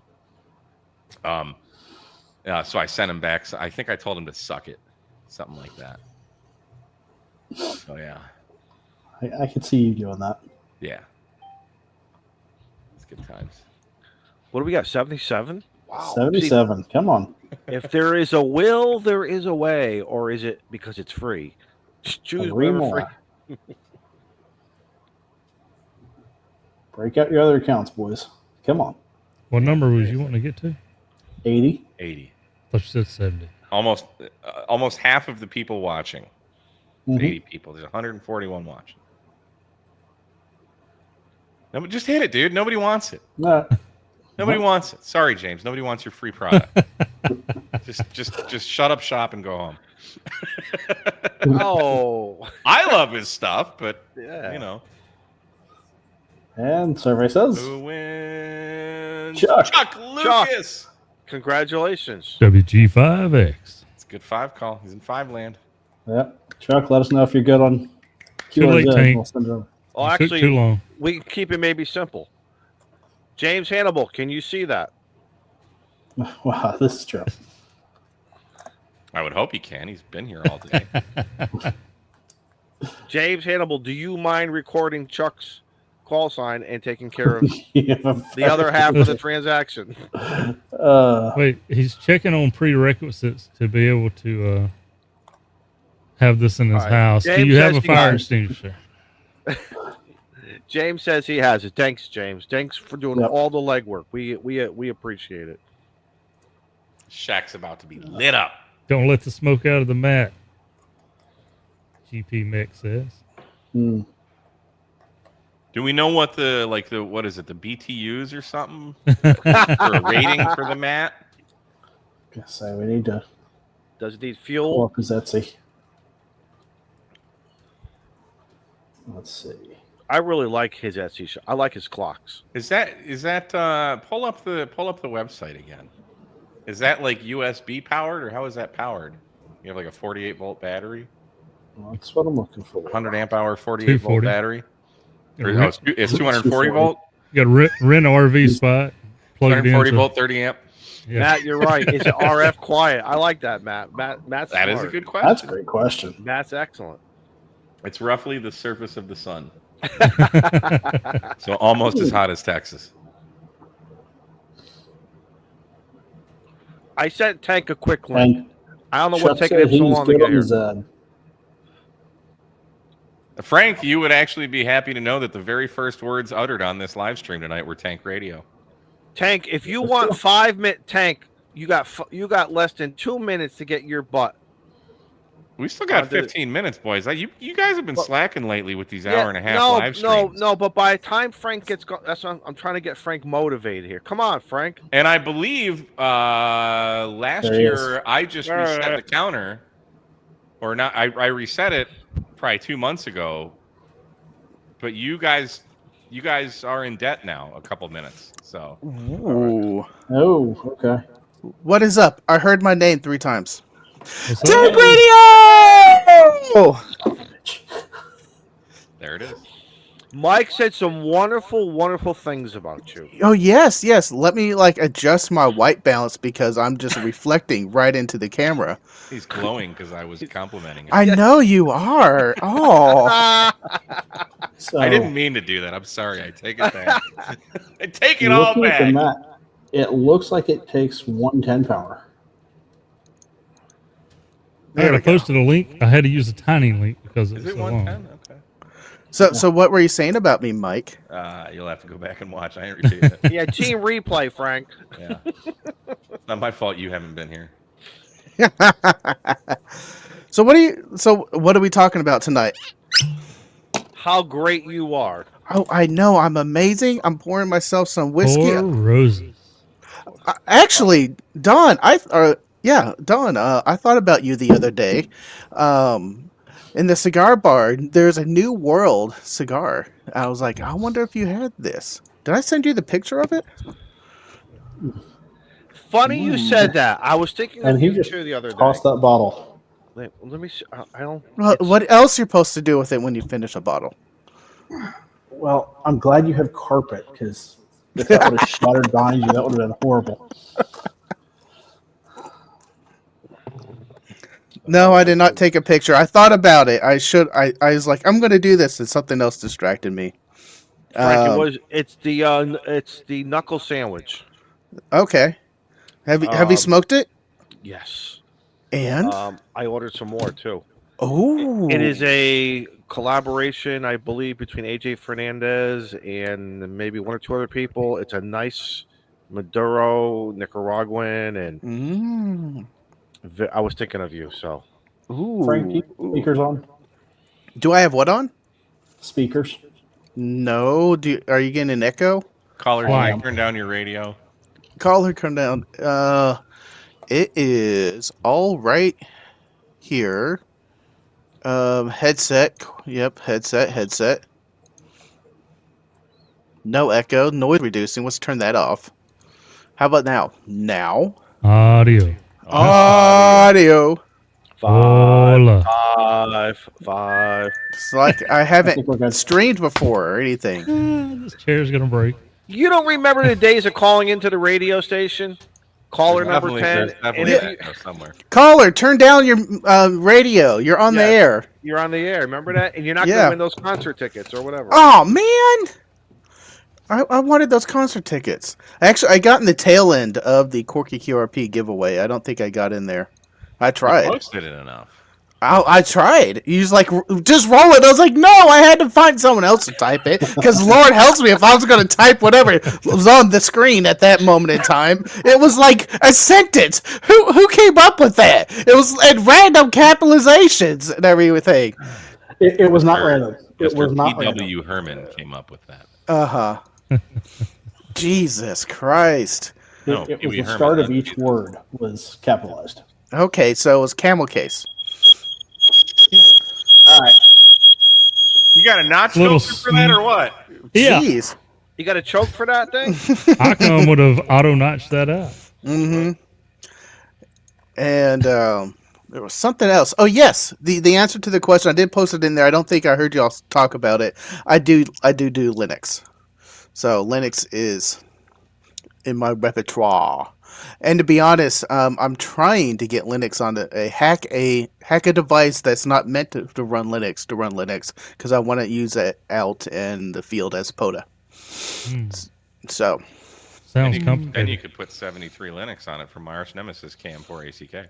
I put on it whatever comes nicely on it. This is going to be like a side load, and it's going to be weird and funky. So, it's probably just going to be a Debian or distro. I don't know what his run, but the 73 Linux is like, so Smart Jason. Yep. You know 73 Linux? Have you heard of it? 73 Linux is the Linux Jason put together, and I the only reason why I don't want to go that route is because what? Go ahead. Damn what? It's the No, Tank Radio no. Show. It's a Tank Radio Show. So keep going. Jesus. I'm only kidding. You interrupt my night. I pour some whiskey. And No. then And piss him off. drink and tell us your story. That's No. what friends are for.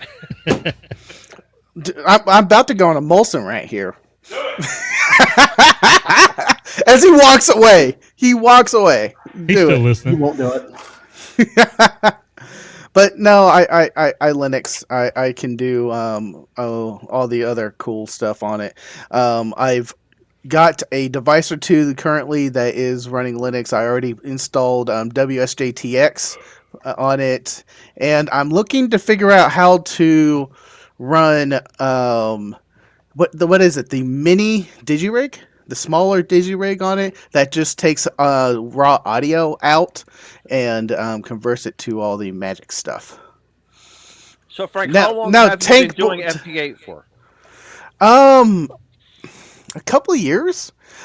I enjoy FT8, but it has to be like the thing I do along with something else. I can't sit at a radio at a park and be like, all right, I'm going to FT8 now. Because I'll be bored. And ADD, I got to be doing something else. But if we're running a long day at a field day or field day. And it comes the night, we're all tired talking on the radio. We want to sit around the fire and just kind of stare at the fire, but still play a little bit of radio. I'll FT8 all night long. All night long. And I'm actually trying to figure out a way to do that remotely, not at the radio. Oh, you really should have been here earlier. Yeah. Yep. That was a question I had too. Yeah. I'm going to do it over something else, RF, and have it trigger FT8 somehow.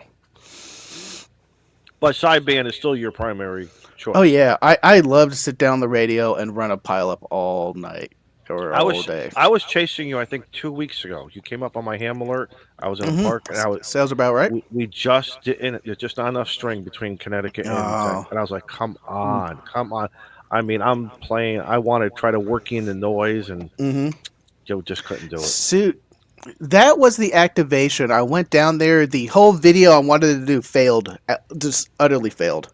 And I was like, how can I just salvage the day? Because in order to go back home and go back to the park, it's going to be like an hour and a half drive. The closest park, unlike Master Mike over here, is like, leave the door and he's in a Poda Park.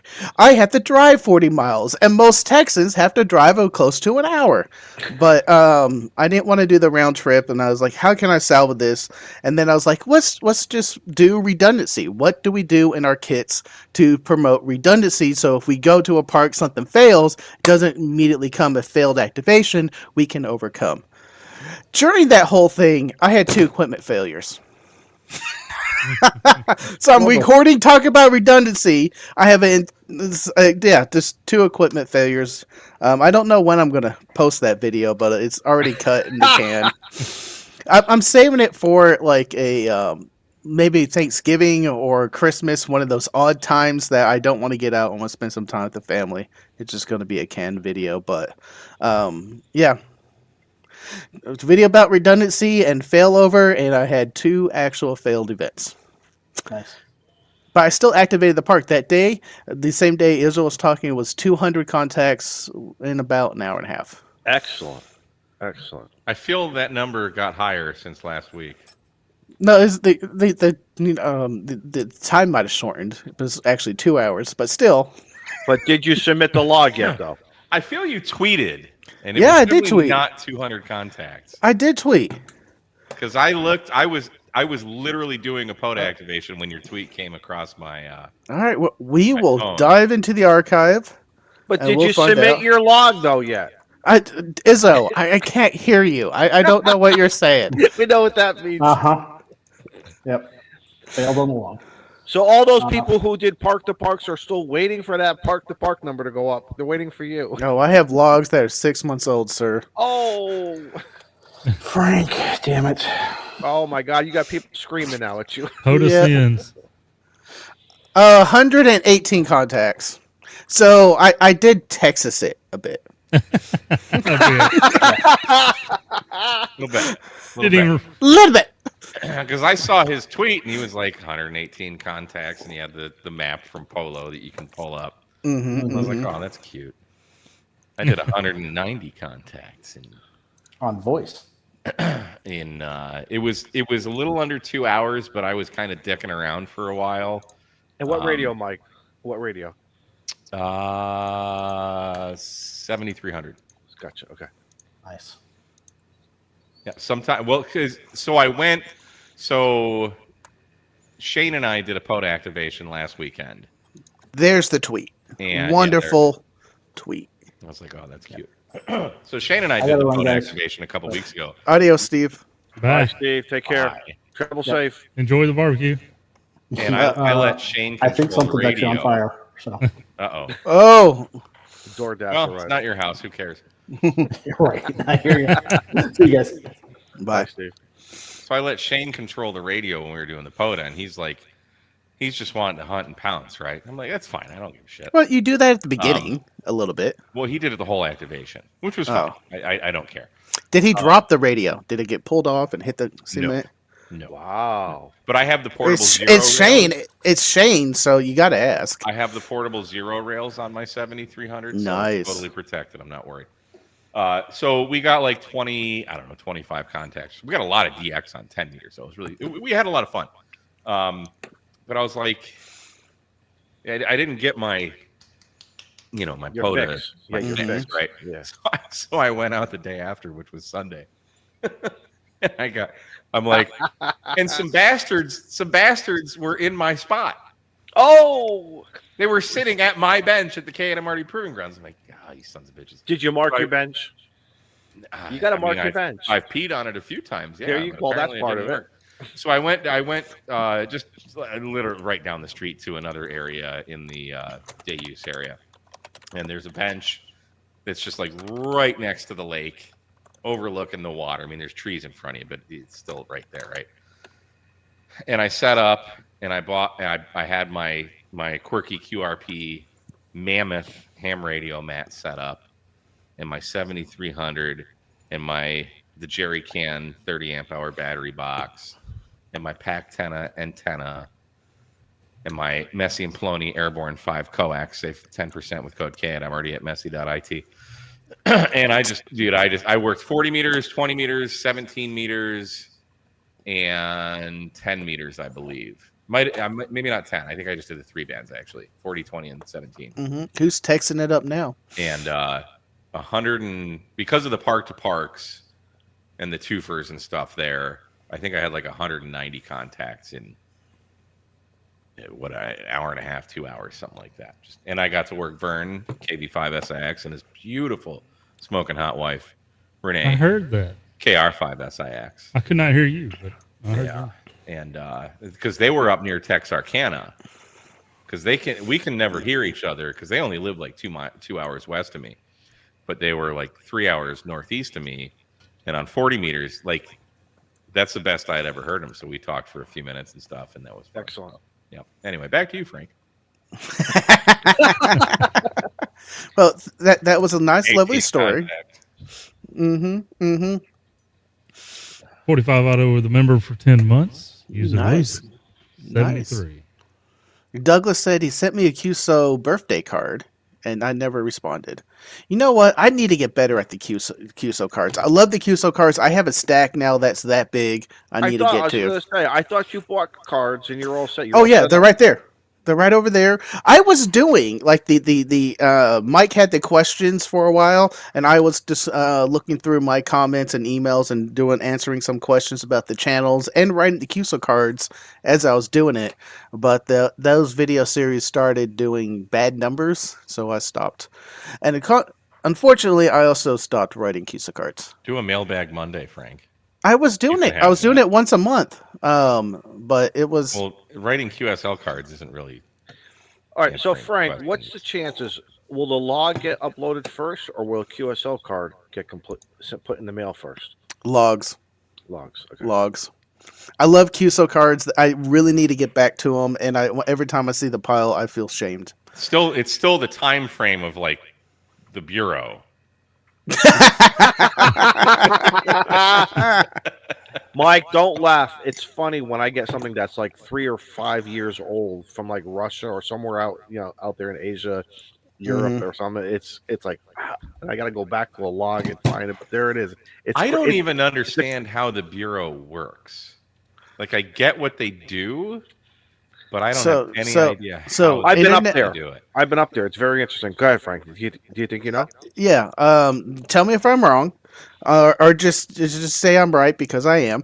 The bureau is a place where you can send the QSO cards and log them to, and then once there's a stack really big that really justifies the international shipping, they will send it to another bureau outlet, and then they'll take that stack and redistribute it in the local mail, so you don't have to pay a lot of international shippers. But they wait until that stack is hefty enough for them to post the international But postage. they've got to organize them in some way, right? So like, Yes, they've got, there is. they've there's got like a mail spot slots. for KG5AHJ. No, they have All the- slots for countries where KG5AHJ is going to is that destination is going to be. So when that slot gets full, say South America or just Africa, then they'll take all those cards that got sent to the bureau, wrap those up for Africa, post it with a single post, send it to a bureau outlet in that country, and then they will redistribute all the cards in that stack in local mail where it's cheaper. So Like, picture Africa a mail gets a room. stack of Picture a mail QSL room. cards, and then the African Bureau respondent needs to individually mail each one of those to the recipient. Yeah. Holy crap! But the mail room is not as big as you think it is, because when Kyle and Jason came up here to Connecticut, we're doing the tour, I was expecting to see like not a warehouse. It's the Banker's boxes full of cards, right? That's what I was thinking. And there were these metal slots, and then in the one call area, you could see, at least it was broken down, I believe. Don is correcting me on a minor thing. It's the country, not the continent. The country, correct. I was just grabbing something out of the air, and that's the first thing that came to me. Continue. Sorry, Izo. No, I'm just saying, but the mailroom it's a very small mailroom, but you're right. It's done by quantity or weight. I forget it was, but it's still fun. To me, it's like a Christmas present that you get a little bit later on. You know, like my logs when they get uploaded. Look at that contact. Look at that contact. I remember Frank from 7 years ago. Y'all made me remember to check the W5 incoming bureau status for K5YVY. Looks like I've got 2 cards waiting and still got 3 envelopes, so I'm good on that. Yeah. And you can call, I believe you can send them an email and say, do I need postage? Do I need something? Now you type your call in and it tells you. I've got 3 envelopes left out of 5 that I bought. Oh, look at that. So it's all automated now. I like that. Automated. See, I usually upload. I don't do QSL cards. I don't care about them. But I usually upload my logs, my POTA logs, pretty quick. You know, usually when I get home, I'll just upload them. Maybe a day or 2 later if I'm busy. But when I was in Washington, I had a guy, because we were doing POTA all week, and I worked some DX station. I think he was somewhere in South America. And he emailed me like 2 days later. He's like, "Hey, I haven't seen your log uploaded yet." Yeah, he was real polite, but he was like, you know, let's get a move on. You know? So I emailed him back. I'm like, "Dude, I haven't uploaded anything, man. I'm on the road traveling, man. So I think. Let me ask you: when you were on the West Coast, which leads me to ask you, did you notice the RF propagation being totally different? Oh God, yeah. Is it as grandioso as they say that you can do some stuff, real nice stuff to Asia, South Pacific, like it's like yeah. Well, especially so Matt K7 UAP, who's snow cones in the chat, he had a 10-meter 4-element beam that he brought out there. And one of the other guys, James, has a trailer with a pneumatic. It's like a 47-foot pneumatic mast on his trailer. So they put the 10-meter beam on the mast and raised it up 50 feet in the air with a rotator. Dude, we were the DX on 10 meters was stupid crazy. Now, yeah, I mean, everywhere you go geographically, like here in Texas, I work different stations and I can hear different stations. Do you think it's because where the skip is coming down, or is it a different interference that we are trying to push through in the middle of the continent versus on the edge? So I can't speak for the whole West Coast, but I can speak specifically to like the Seattle area and West Pacific Beach, Washington. They've got a whole mountain range there. Seattle's in the mountains, right?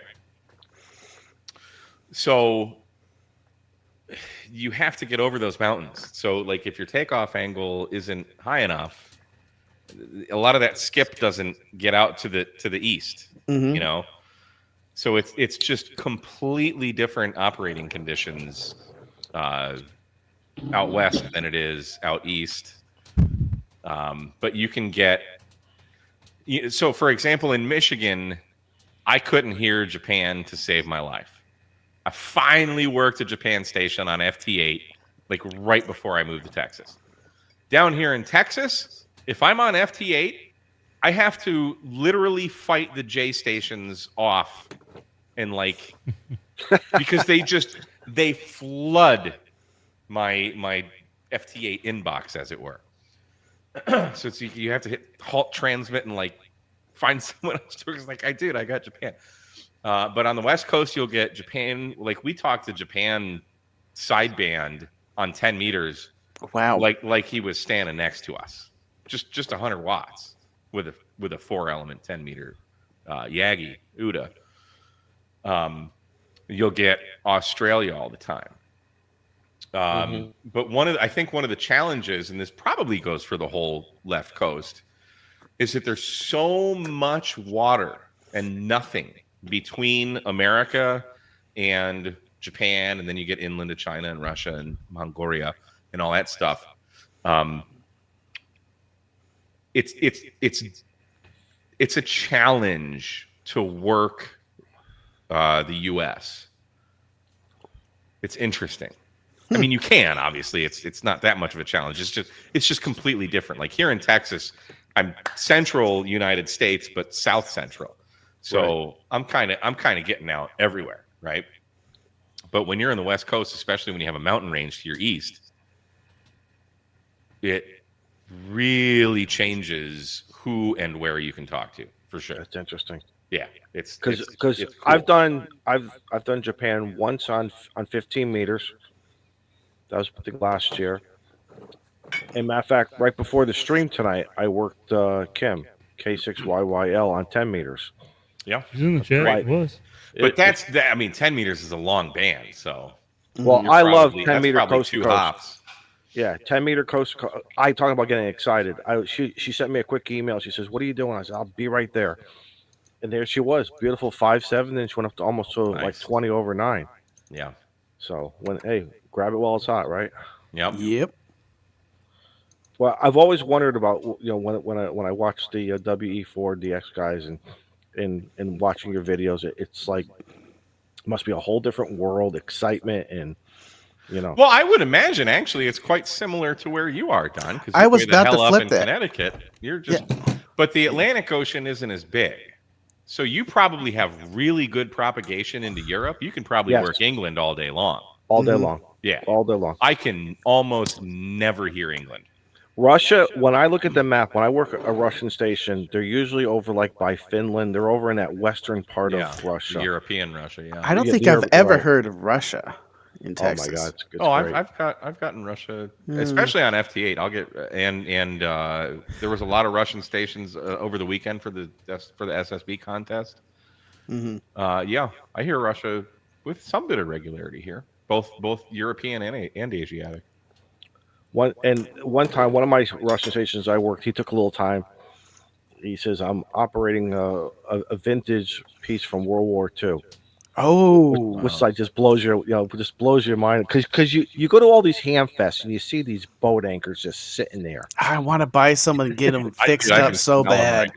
And I was up in New Hampshire at Nearfest, and I felt bad for this little old guy. He was probably 110 pounds. I don't know how he got this stuff out of the minivan, and nobody was buying it. I just curiosity. I said, "So what does it do?" Of course, everything's written in megacycles. And, one's a transmitter, one's a receiver. It takes, I think, 48 volts or 24 volts to run it, and I'm like, that's beyond my pay grade. Oh, that's easy. Step down voltage. I don't know. I wouldn't even know what to do. Two 12 volt batteries for 24, and then you just wire them in series, I think, series. It amps it up. Frank, I don't want a hernia picking up these things. Listen, I finally got a bag that's a little bit, I think it's less than 2 pounds. I finally took my POTA bags and kind of scaled them down. Imagine putting a couple of Heath kits because you gotta have the transmitter and then you gotta have the receiver. Right. They weren't transmitters back then. Right. You gotta build like a metal frame for it. Legging on your back, you got 100 kilos of. There's a guy in Grab on Dayton your that does that. Walk around with a radio kit that the Army's guy used in World War II. Really? I see him. I saw him like every other year, and that's kind of been consistent for me. But he says he's out there every year, and he's just working the radio, walking around. Can you imagine me pulling up to a POTA with a hand truck or a wagon? No, actually, I wouldn't. A It would just sit. forklift to move. It would the no. radio. It would just sit. It would just sit in the back of the pickup truck. It would just sit in the back of the Tundra, and that's it. You gotta LTL your POTA gear with a liftgate service to the park. It's on a pallet. That would be a true Go Kit challenge, wouldn't it? Mm-hmm. Oh yeah. But Screw this 1 pound POTA challenge garbage. What's the heaviest? What's the forklift. heaviest way to do a POTA? That's guys, not your there's a vehicle. challenge. That is separate from your vehicle. But I'm sure these guys love all this old vintage stuff, and I know we have a local guy who does some AM stuff, and it's just amazing some of the older rigs that they use for AM, and they're very, very particular about their audio, and they sound absolutely fantastic. It's amazing, the AM guys.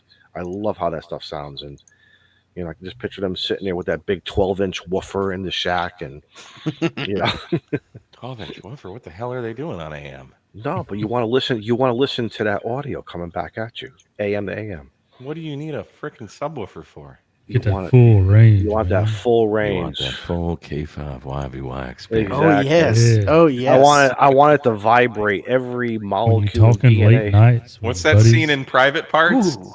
Do it Yeah, again. yeah. Oh my God, Mike. Oh my God. Howard Stern Yes. reference tonight. If you know, you know, right, Mike? All right. Yeah, So AM that's- guys are sitting on their subwoofers. AM guys, let me tell you something. I have a lot of respect. Yes, yes, Joe Brett. I have a lot of respect for those AM guys. They are. Did I tickle you, Mike? Ooh. I'm gonna have to team replay that one because I got a subwoofer in the living room. It's a power Frank, subwoofer. hey, so Frank, when you're doing a POTA, what antennas are you using? I usually stick with the end-fed half waves. Every now and then I will do a vertical. I'm trying to get the kit going with ham sticks and get that going, and that's the video I'm going to probably try to film this weekend. To do a whole activation with ham sticks that is not mounted to a vehicle. But it usually just end-fed halfways, easy. Put them, get a mast, lead them in a tree, or if there's a field, I have a guying system that I can easily deploy and play radio. They are so tempting to use. Sorry, Zoe. They're easy. But yeah, they're easy to, and the bands you get on them that you don't have to tune. Well, I remember the Yeah. MFJ ones. SKT always talked about the bigger ones, the bigger MFJ sticks. Yeah, the That can handle a girthy little bit ones. more, the girthy ones, and those are amazing. I see, I listened to SKT, and it was fun to really see what he was talking about. Those are 600-watt sticks. Yeah, but I'm only pushing 100 watts through them, but still, they just something to do with that big girthy. I've got two 20-meter, 20 or maybe they're 40 meters. I think they're 40-meter ham sticks. I've never used them. They're still in the pack. Oh, you ought to use them, Joe. Yeah. Yeah, I'm going to wait till Tank does his dipole thing, and then I'm. They're not dipoles. I'm Oh. using just straight vertical. Okay, Ham well, stick, vertical. I got the and dipole counterbalance. kit for them. Yeah, the dipole kits will work. I'm just going to run it like 3 feet off the ground on a tripod. So if you're going to do the dipole, you got to have either vertical or horizontal, which will work. I just wanted to mount mine. Yeah, I just wanted. Well, then you got to get your whole thing higher in the air because you got to have like 4 or 5 feet of clearance for the ham stick to point downwards. Well, the day I was chasing you, I was running the end-fed half wave as a sloper. Yep. And then I disconnected and I went to the ATOS, hoping maybe the It'll be a little vertical bit would better. help. Yeah, Yeah. I just could not pull you out that day. Ah. Oh, darn ham alert. When that ham alert goes off, you want to run and It's a rare one. I'm not on the parks that often. I need to get out there, but dang Texas being 40 minutes drive, and now I work every day again. There's no, you're still, Yeah. I say there's no parks anywhere in your travels, but you're still No. in the DFW area, Yeah. in the loop, kind of, as it were. Yep. hey, what'd you Yeah, say? you Everything's kinda- like what, 45 minutes to an hour? Yep. 45 minutes to an hour.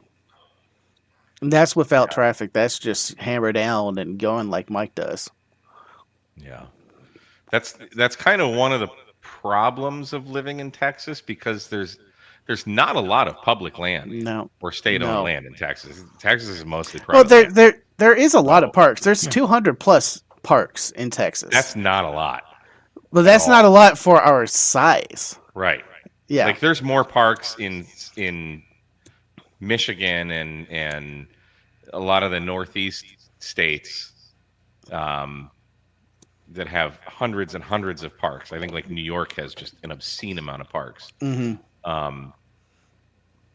So doing a rove in New England, No, like, you you basically just like you don't even need a car. you can You just can walk. to the next park. Yeah. Yeah. But that's the thing, because there's so little state or public land in Texas. 200 for as large, it takes 12 hours to drive across this state, and there's only 200 parks. I tried to do a 5-park rove, and that included starting up here and hitting every park almost to Galveston, Texas, to get my 5 parks. It was all day. It's a 5-hour drive from Dallas to Galveston.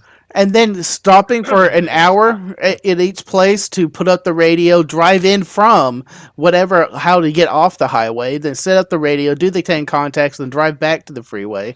It's a nightmare. It would still take me to do a 5-park rove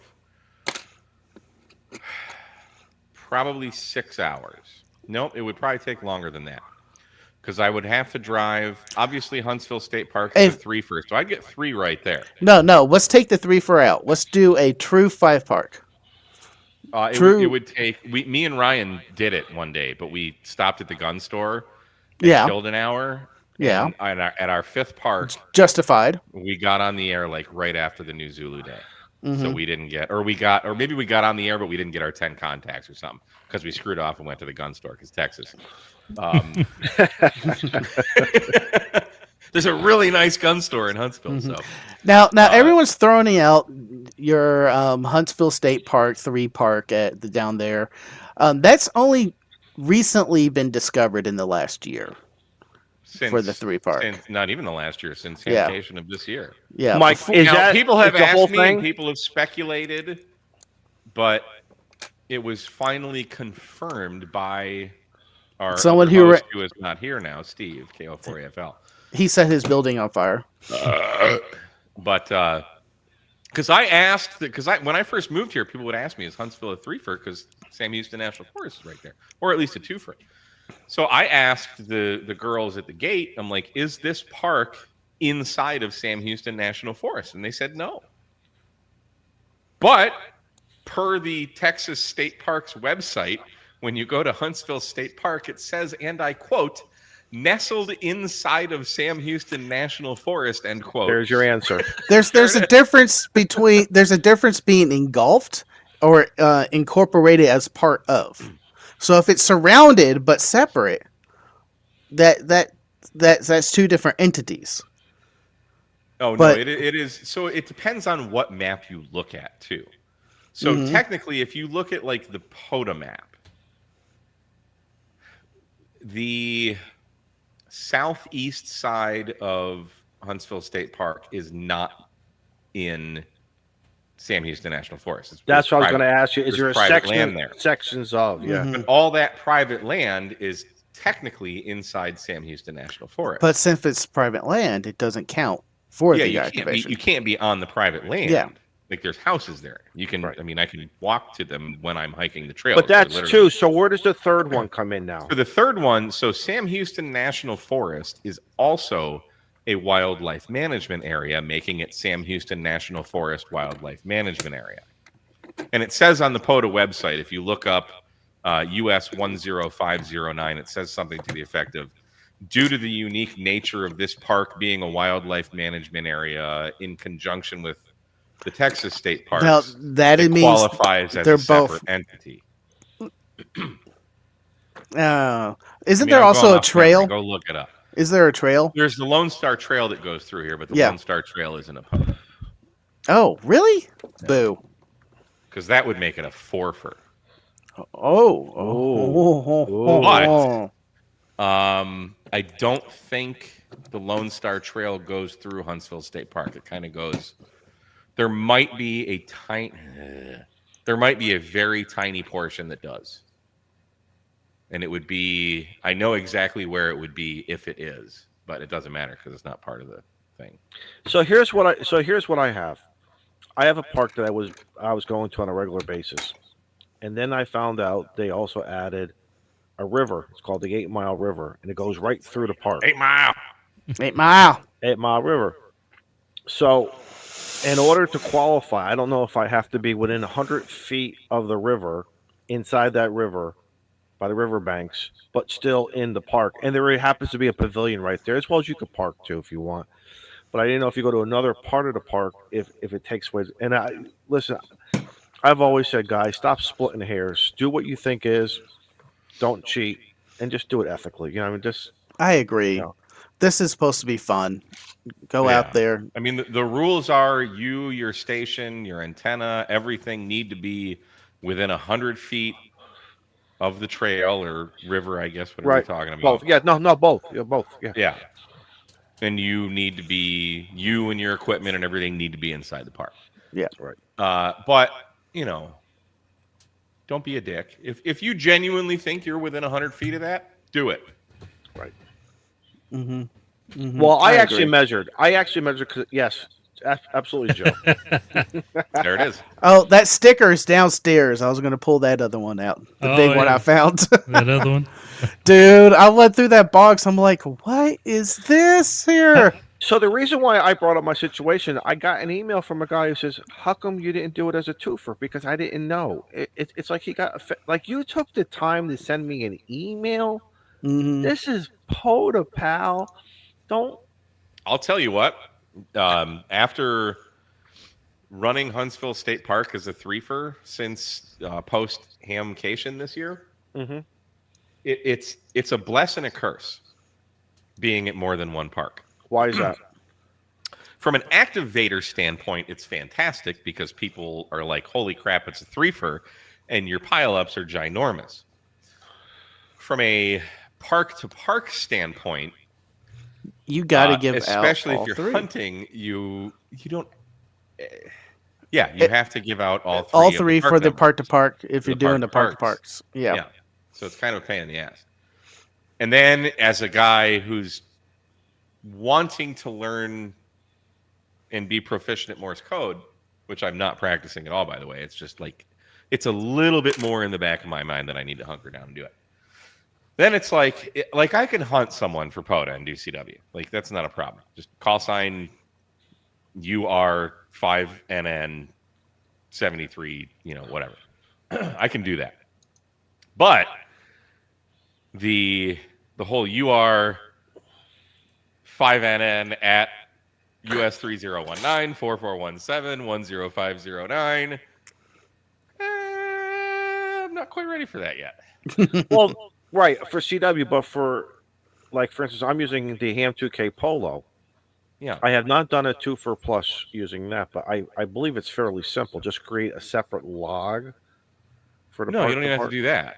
You just put both parks in the park to park thing. I understand that, but if It's not a login. if I am if I'm the twofer, right, and you're a twofer. Uh-huh. Oh wait, yes, you're right. It's automatically going to grab both. Especially if No, it's not. Only Okay. if you're both spotted and the spotting has all of the parks that you're parks in. listed, Which correct. I spot myself with Polo when I go out and it spots it as a threefer. But That's what I once did, somebody else respots me, Nobody know. I get a lot of park to parks. I'm like, do you have my park numbers or do you need them? They're like, I got 3019. So they're gonna go, all right, second park's 4417, third park's Right. 10509. Because Adam in. And you got to do it that way. So Right. yeah, I kind of almost. It's like I don't know how to spot and put in multiple park numbers on the POTUS site, or how to respot and do that. Comma. I feel I tried and something didn't work for me. So again, not a computer guy. I'm pretty stupid when it comes to that stuff. I'm very stupid when it comes to that stuff. But that Ham 2K Polo makes it so easy and fun. Yeah, if you know the park numbers, you you just put the different park numbers in the park to park field, hit send, and it creates two different contacts for you. So Yep. But it's the physical act of having to give all three park numbers that is like, I'm wasting time here. I could make 2 more QSOs in the time that I got to exchange these park numbers. So, but not complaining. It's just, it is what it is, but it's fun. And the pile-ups are, oh my God. Do you stop and talk? Like every once in a while, I'll stop and slow down, especially if it's a QRP station or a mobile station. I'll always ask, what are you running? Because I feel those guys, especially the guy in the vehicle. No. If it's a pileup, I just keep on going. 7.3. I might do a brief exchange if someone says, hey, man, love your videos. Oh, thank you very much. I really do appreciate it. Blah, blah, blah, blah, blah. And have 1 or 2 back and forth. And after that, I'll be like, 7.3, great talking to you. And QRZ. Just because it's a pileup. And there's a lot of people trying to work that. And I think that is wasting their time and the amount of time that they're trying to get me. However, if it's slow, it's your activation. Yeah, if it's slow though, if it's slow, then man, I'll carry on a conversation. Yeah, if I hear somebody drag you, and I'm turning the dial, yeah. I'm not mad at you. I'm gonna come back, but that's what I do a lot of times too. When that pile up is, I'll go work some other stuff, then come back. Look at that spotting stuff, in that Ham 2K. I can see where. I always look at the time. How long was that last spot? Like I think it's, I don't know. I want to say in my head, 12 minutes or more. If I don't hear you, I know you've already gone QRT or you've QSY to somewhere else. So. Oh yeah. Yeah. But no, I'll if to answer your question, like mobile and QRP guys, if I hear them, I'll stop for them. If I don't hear them, if I know they're mobile or I know they're QRP and I can just kind of barely make them out, I'm like, all right, I got you in the log later. If they sound really good and it's enough to intrigue me, like you got a 5'9" guy that just broke a pile up of 150 QSOs an hour and you're QRP, I'm kind of intrigued to what you're using. So yes, I will stop and be like, dude, I love doing that. Legit I love doing that. What are you running? And they're like, I'm running, whatever with what, and it's just cooler. Same thing with mobile. Because I got mobile set up. I like my setup. What are you running? Do QRP stations and mobile stations get elevated priority if you hear someone says QRP just like a park to park? I'm 50-50, Mike. Sometimes. Yeah, sometimes. Let's go except the ones that don't give a call sign and they just say QRP, park to park, park to park. Hey, no, that's my line. Park to park, park to park, park to park, park to park, park to park. Come back to me. That I would completely ignore you. Excuse me, sir. Because you know who's doing it. I don't have a problem with someone saying their call sign and park to park. I think that's fine. I do that myself. If you only say park to park, I don't know. Give me your call sign. And I feel, and this is just me, and I'm guilty of this myself, but I don't make a practice of it. But when people are like, K at MRD, QRP, when they make it a point to say QRP after their call sign, isn't that a crutch? A lot of just guys like tailgating. A lot of guys get a hard on for running QRP. Like it's their thing, right? But if you have to say QRP, just like mobile, that part gets heard. Like, who's that QRP station? I heard QRP. Just get. If you really want to be a QRP purist, shouldn't you just give out your call sign and not say QRP? Isn't that asking like a a participation trophy at that point. Take that same rant. How about the mobile stations? There doesn't need to be a mobile slapped Was it on mobile the or end. mobile? Mobile. It's mobile. I was breaking Jason's Mobile. balls when we were Mike, driving it's to- funny. great. In the beginning, when I first got introduced to QRP, I would do that. I would throw my call sign out and then say QRP. Now I don't. And once we get the exchange, I'll just say running 10 watts, running 5 watts, whatever it is. And That, That's yeah, good. it kind of comes up naturally in like the signal report. Like, man, I got you, and then he's like, yeah, I'm just running QRP, man. yeah, QMX here, 4.2 watts, and Yeah. you know, Yeah. and Kinda like- I love throwing the guys off. Dale Fargus says, I say QRP if I can't break the pile up because I can. I'm guilty. I've said it. That's But why when I'm- Dell doesn't have his call sign on his. If I username. if I really want the station, I may crutch it. But the tailgating part I was talking about, Nothing. that's the ones that wait till 50 to 100 people's already said their call sign in the pile up and then say theirs. So, And then this oh, one, hang I on. got a good one. I got a This good is one. where the art of busting pileups is It's a being technique, lost Joe. in POTA. It's a technique, Joe. It's a technique. I want a technique my ass. I want the competition. The pride of breaking the pile up, knowing that 100 other people was saying their call at the same time, and he picked mine out. Not the tailgater. I have the solution. I got the solution. Next time at a park, and my girl's with me, I'm going to record her voice on the memory of saying my call sign.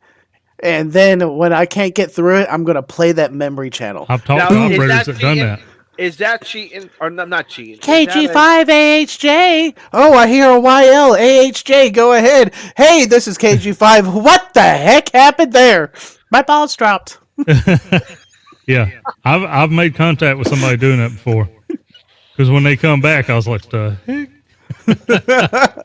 It is an attention getter, isn't it? Yep. Yeah. Oh, all right. Who's guilty? There's a big pile up, and you think you hear a YL. Oh, on. 100%. I've done that. Yeah. Did I hear a YL like a QRP station? Did I hear that?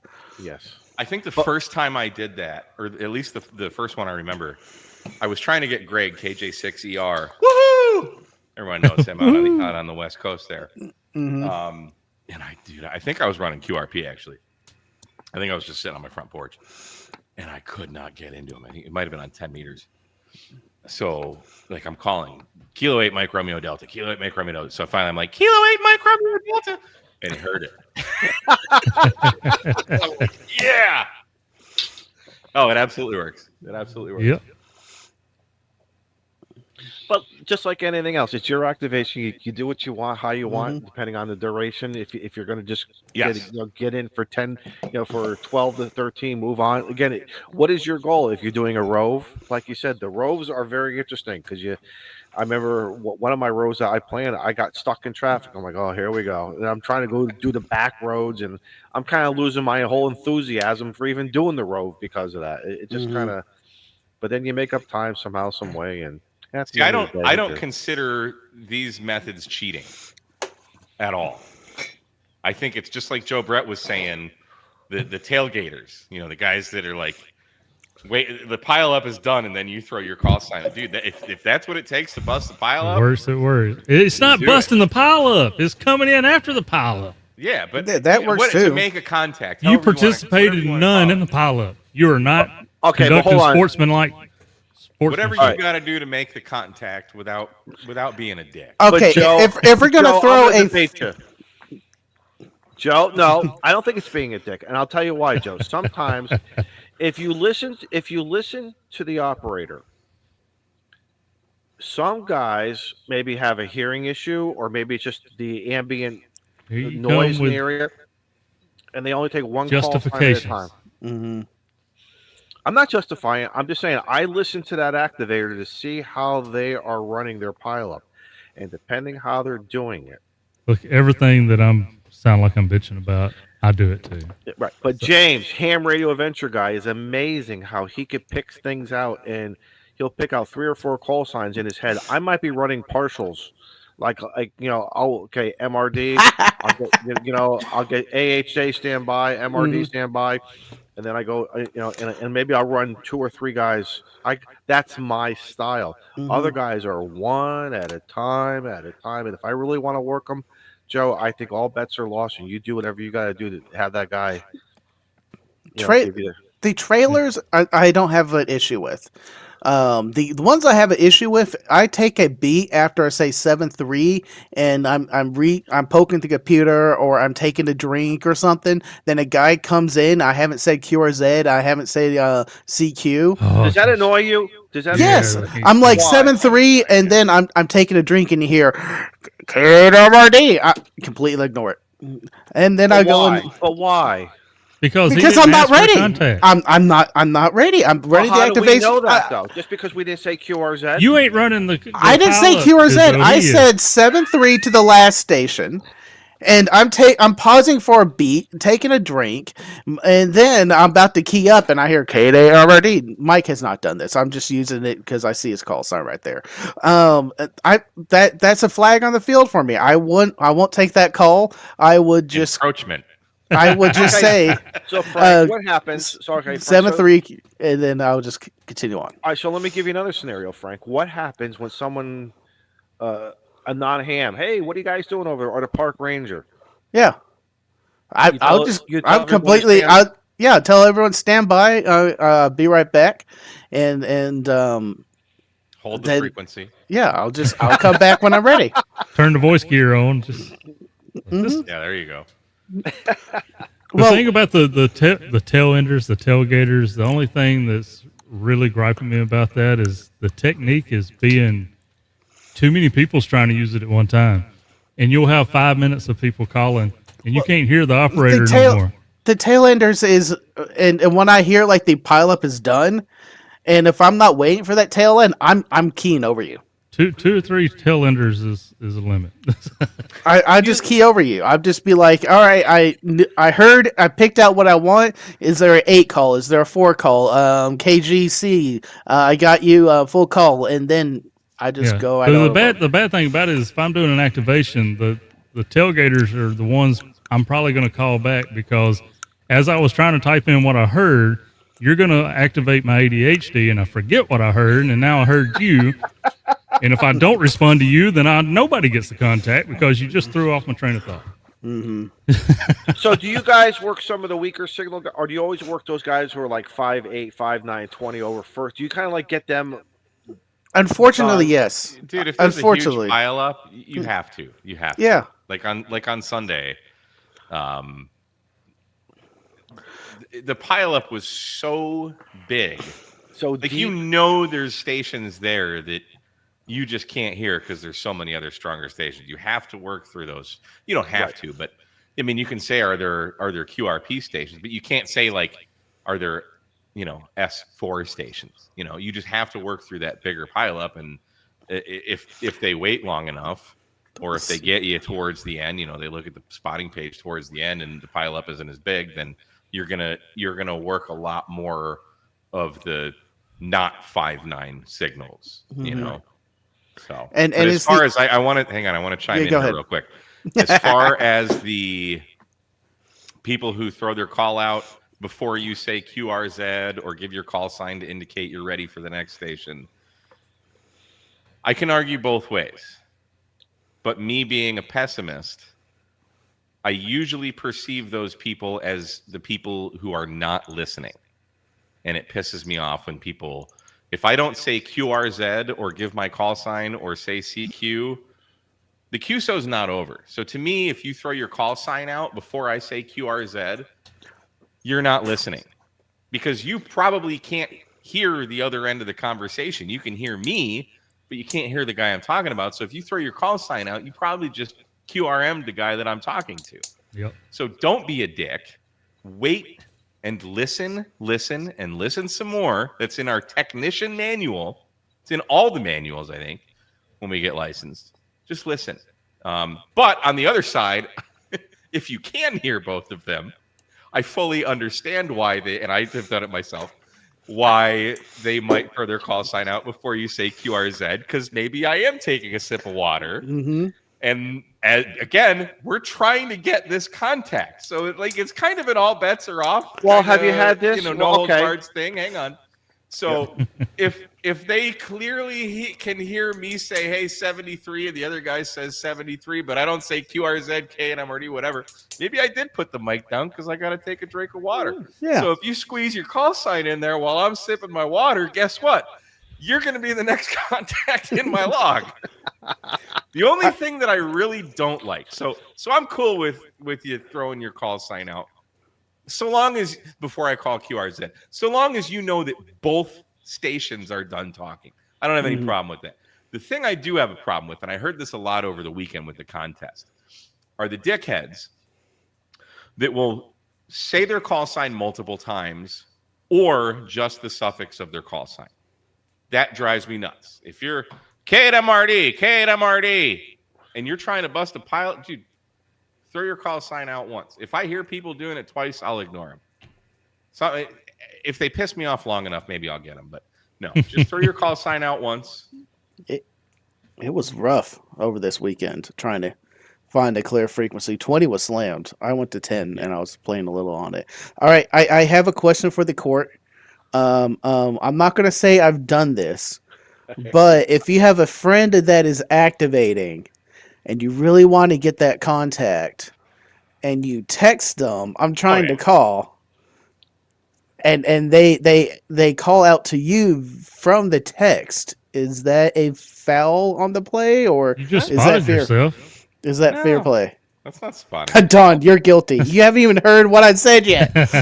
So context, Frank texted me and said he's trying to work me. So I stopped the pile up. This was when I was in Michigan over summer working field day. And Frank texted me and I'm like, all right, guys, hang on. Where's Frank? And we worked. No, I don't care about that. If the activator can spot, why can't the hunter spot itself too? Yeah. Okay. But we made the fair contact, and if there was no contact, we wouldn't have logged each other. Yeah, it was just I was just putting myself higher in the priority queue, and I think I've done that with all my friends. The perks of having your phone number. Like, who doesn't, like, if you're friends with someone and like, hey, I can hear you when I can't get through your pile up, text me. Yeah. I don't give my phone number out to anyone. There was one other bugaboo that I thought of. And I forgot. Was it okay? Maybe it's this, Mike. The persistent person who only wants your state or wants something, and they turn it into a contest. I am not. This is. I go to do POTA for pure fun, relaxation. This is about me, not to be pompous, not to be.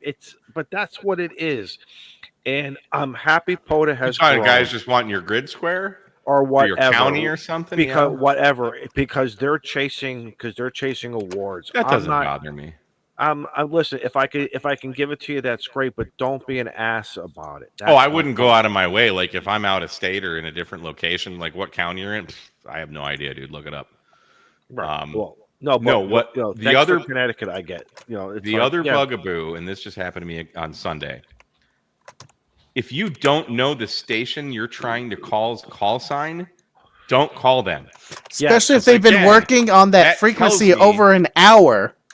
So or even for 10 minutes. Saying QRZ, I was basically saying my call sign every time I'm ready to go. I'm like, KNMRD.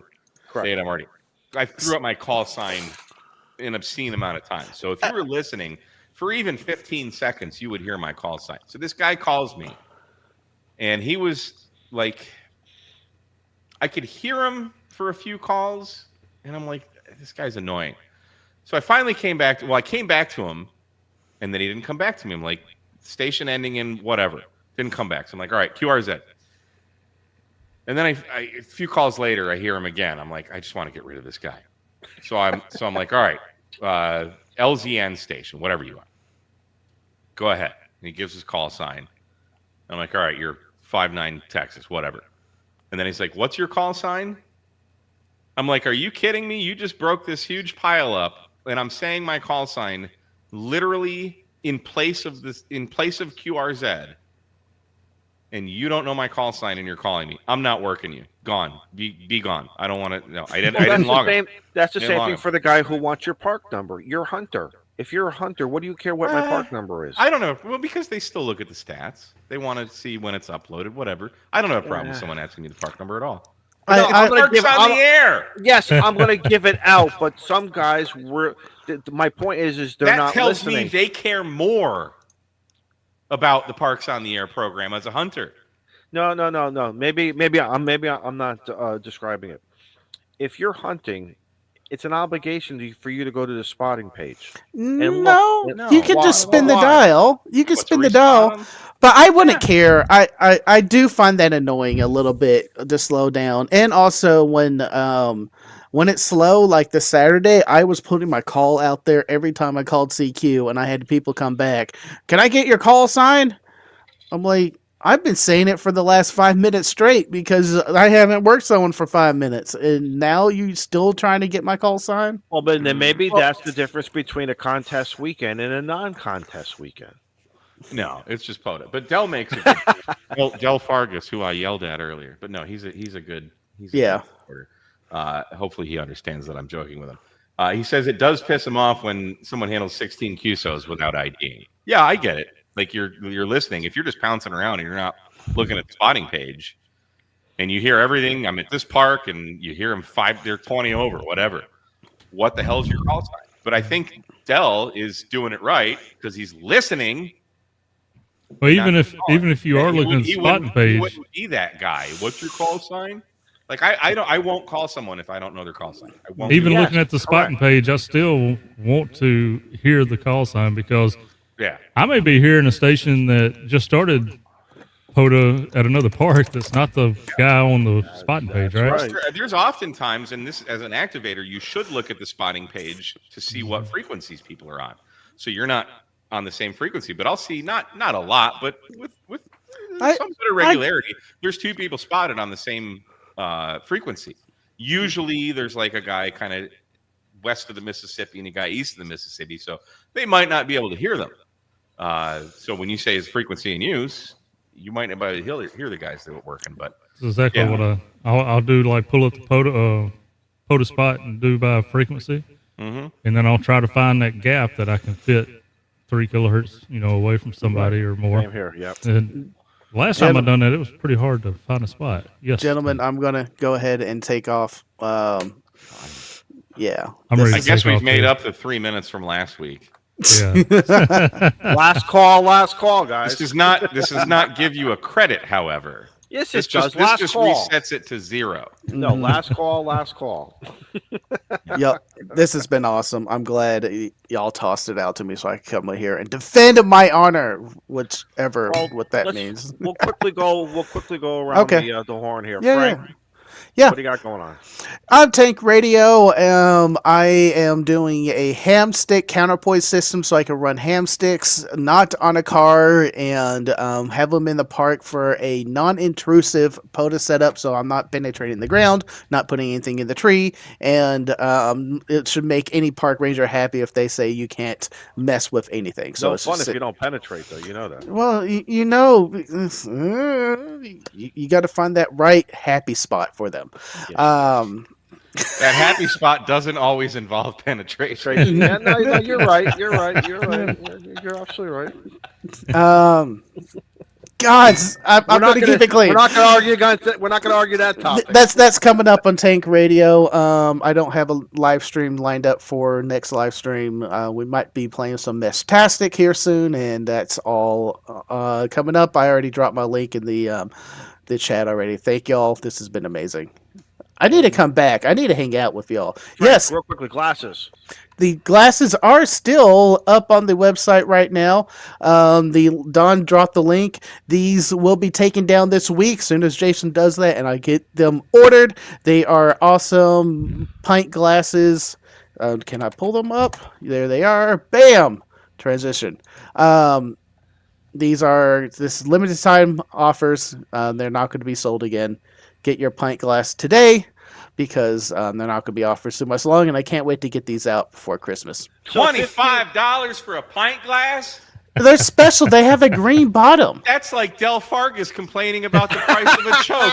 The damn things don't even do radio. They don't transmit. Frank, this is They're your response. insulators. They legit Guys. have zero purpose in ham radio. They add You 3 got BB, and No, they BB. In 15 to 20 years, you guys are going to be at some tag sale, estate sale, and you're going to see them. And guess what? You're going to be like, "Oh my 25 god!" cents. Don't stick around the bottom.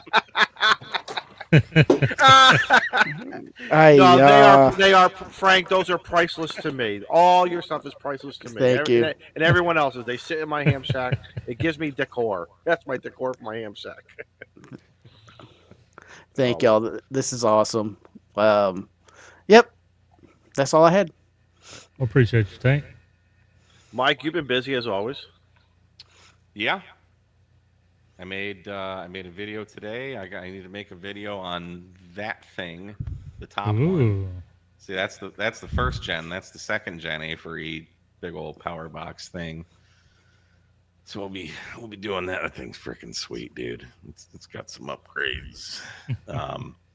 I had something I was gonna say, but I completely forgot. Oh, yeah, I'm gonna hop on. Every people know who I am. If you don't, just type in my call sign. You'll find me.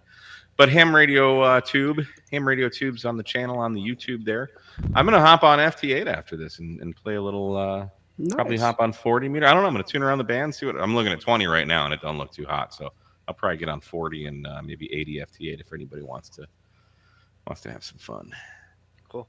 And also, Izzo, you were asking if Satan gets the zoomies. So we noticed that Satan came in a few minutes ago. He literally woke up from his king size bed, walked the His 30 feet king-size that bed. it is to here, and then laid right there and went back to sleep. So Through now- all of now this, he's you up. mean through all of our show, he slept. You want to say hi to the world? Does not give a shit. Not at all. That's his resting bitch face. Yep. Joe, Brett, what about you?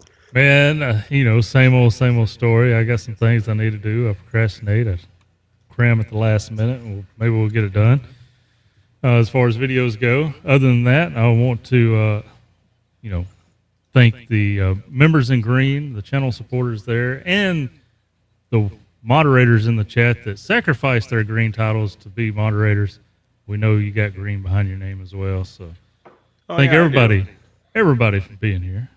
What does green and blue make? Is it like brown? Only if you're colorblind, right? I am. Ask Shane. See, Shane knows all this stuff. He handles all that. Oh, Saint, because I'm a channel member, but I'm also a moderator, so my thing's blue. Yeah, But if you actually made them green and blue, that probably would be brown, wouldn't it? yeah, That it would be should be brown. brown. Yeah. Brown. It wouldn't be a pretty color, I wouldn't imagine.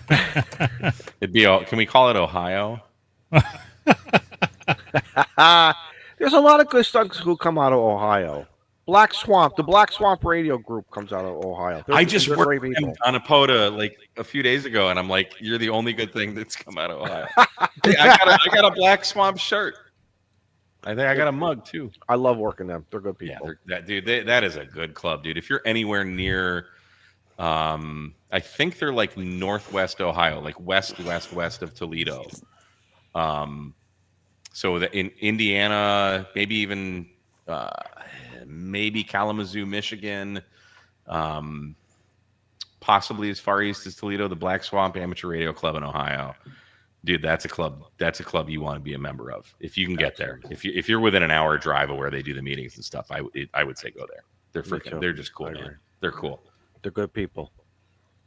We've had them on here before. They're all good. They're all good people, and love working them on the radio. So, I got the weekend off. I got to work a midnight shift, but would like to get out, maybe take a nap, and then do something this weekend to make Naps. up for. I love naps. Naps are good though, aren't they, Frank? Oh, they're amazing. So, hey everybody, listen, if you're doing anything with Halloween, be safe to the people. Oh, listen to Typo Negative Christian Woman Okay. for Halloween. Oh yeah. All right. For those in And the Black number Caribbean, one. dealing with hurricane, Melissa, please. We hope restoration is smooth and easy, and please do whatever you got to do. And our thoughts and prayers are always with everybody. So that's about it. We'll see everybody next Tuesday. And Get on POTA. Don't tailgate. Give your full call sign. Listen to the operator. I mean, to the activator. Did I cover it all? I think listen covers all of that. Mhm. The problem is people don't listen. So anyway, everyone have a great night. Thanks for hanging out with us here. 3 hours, you guys. Mhm. Happy Halloween. So 73, y'all. Joe, play that great music for us. I don't know how to do that. I don't know how to do that either. She's in love with herself. I think we know how to do it, right? Play it first and then. The dog. Is it under media? We don't know how to end this stream. We're just gonna keep going until next Tuesday. Are you serious? I think I don't. Wait a minute. Is it me? Is it under? Is it It's under? all starting screens. Is it under media assets? Oh, it's all. Oh, there it is. I think I see it.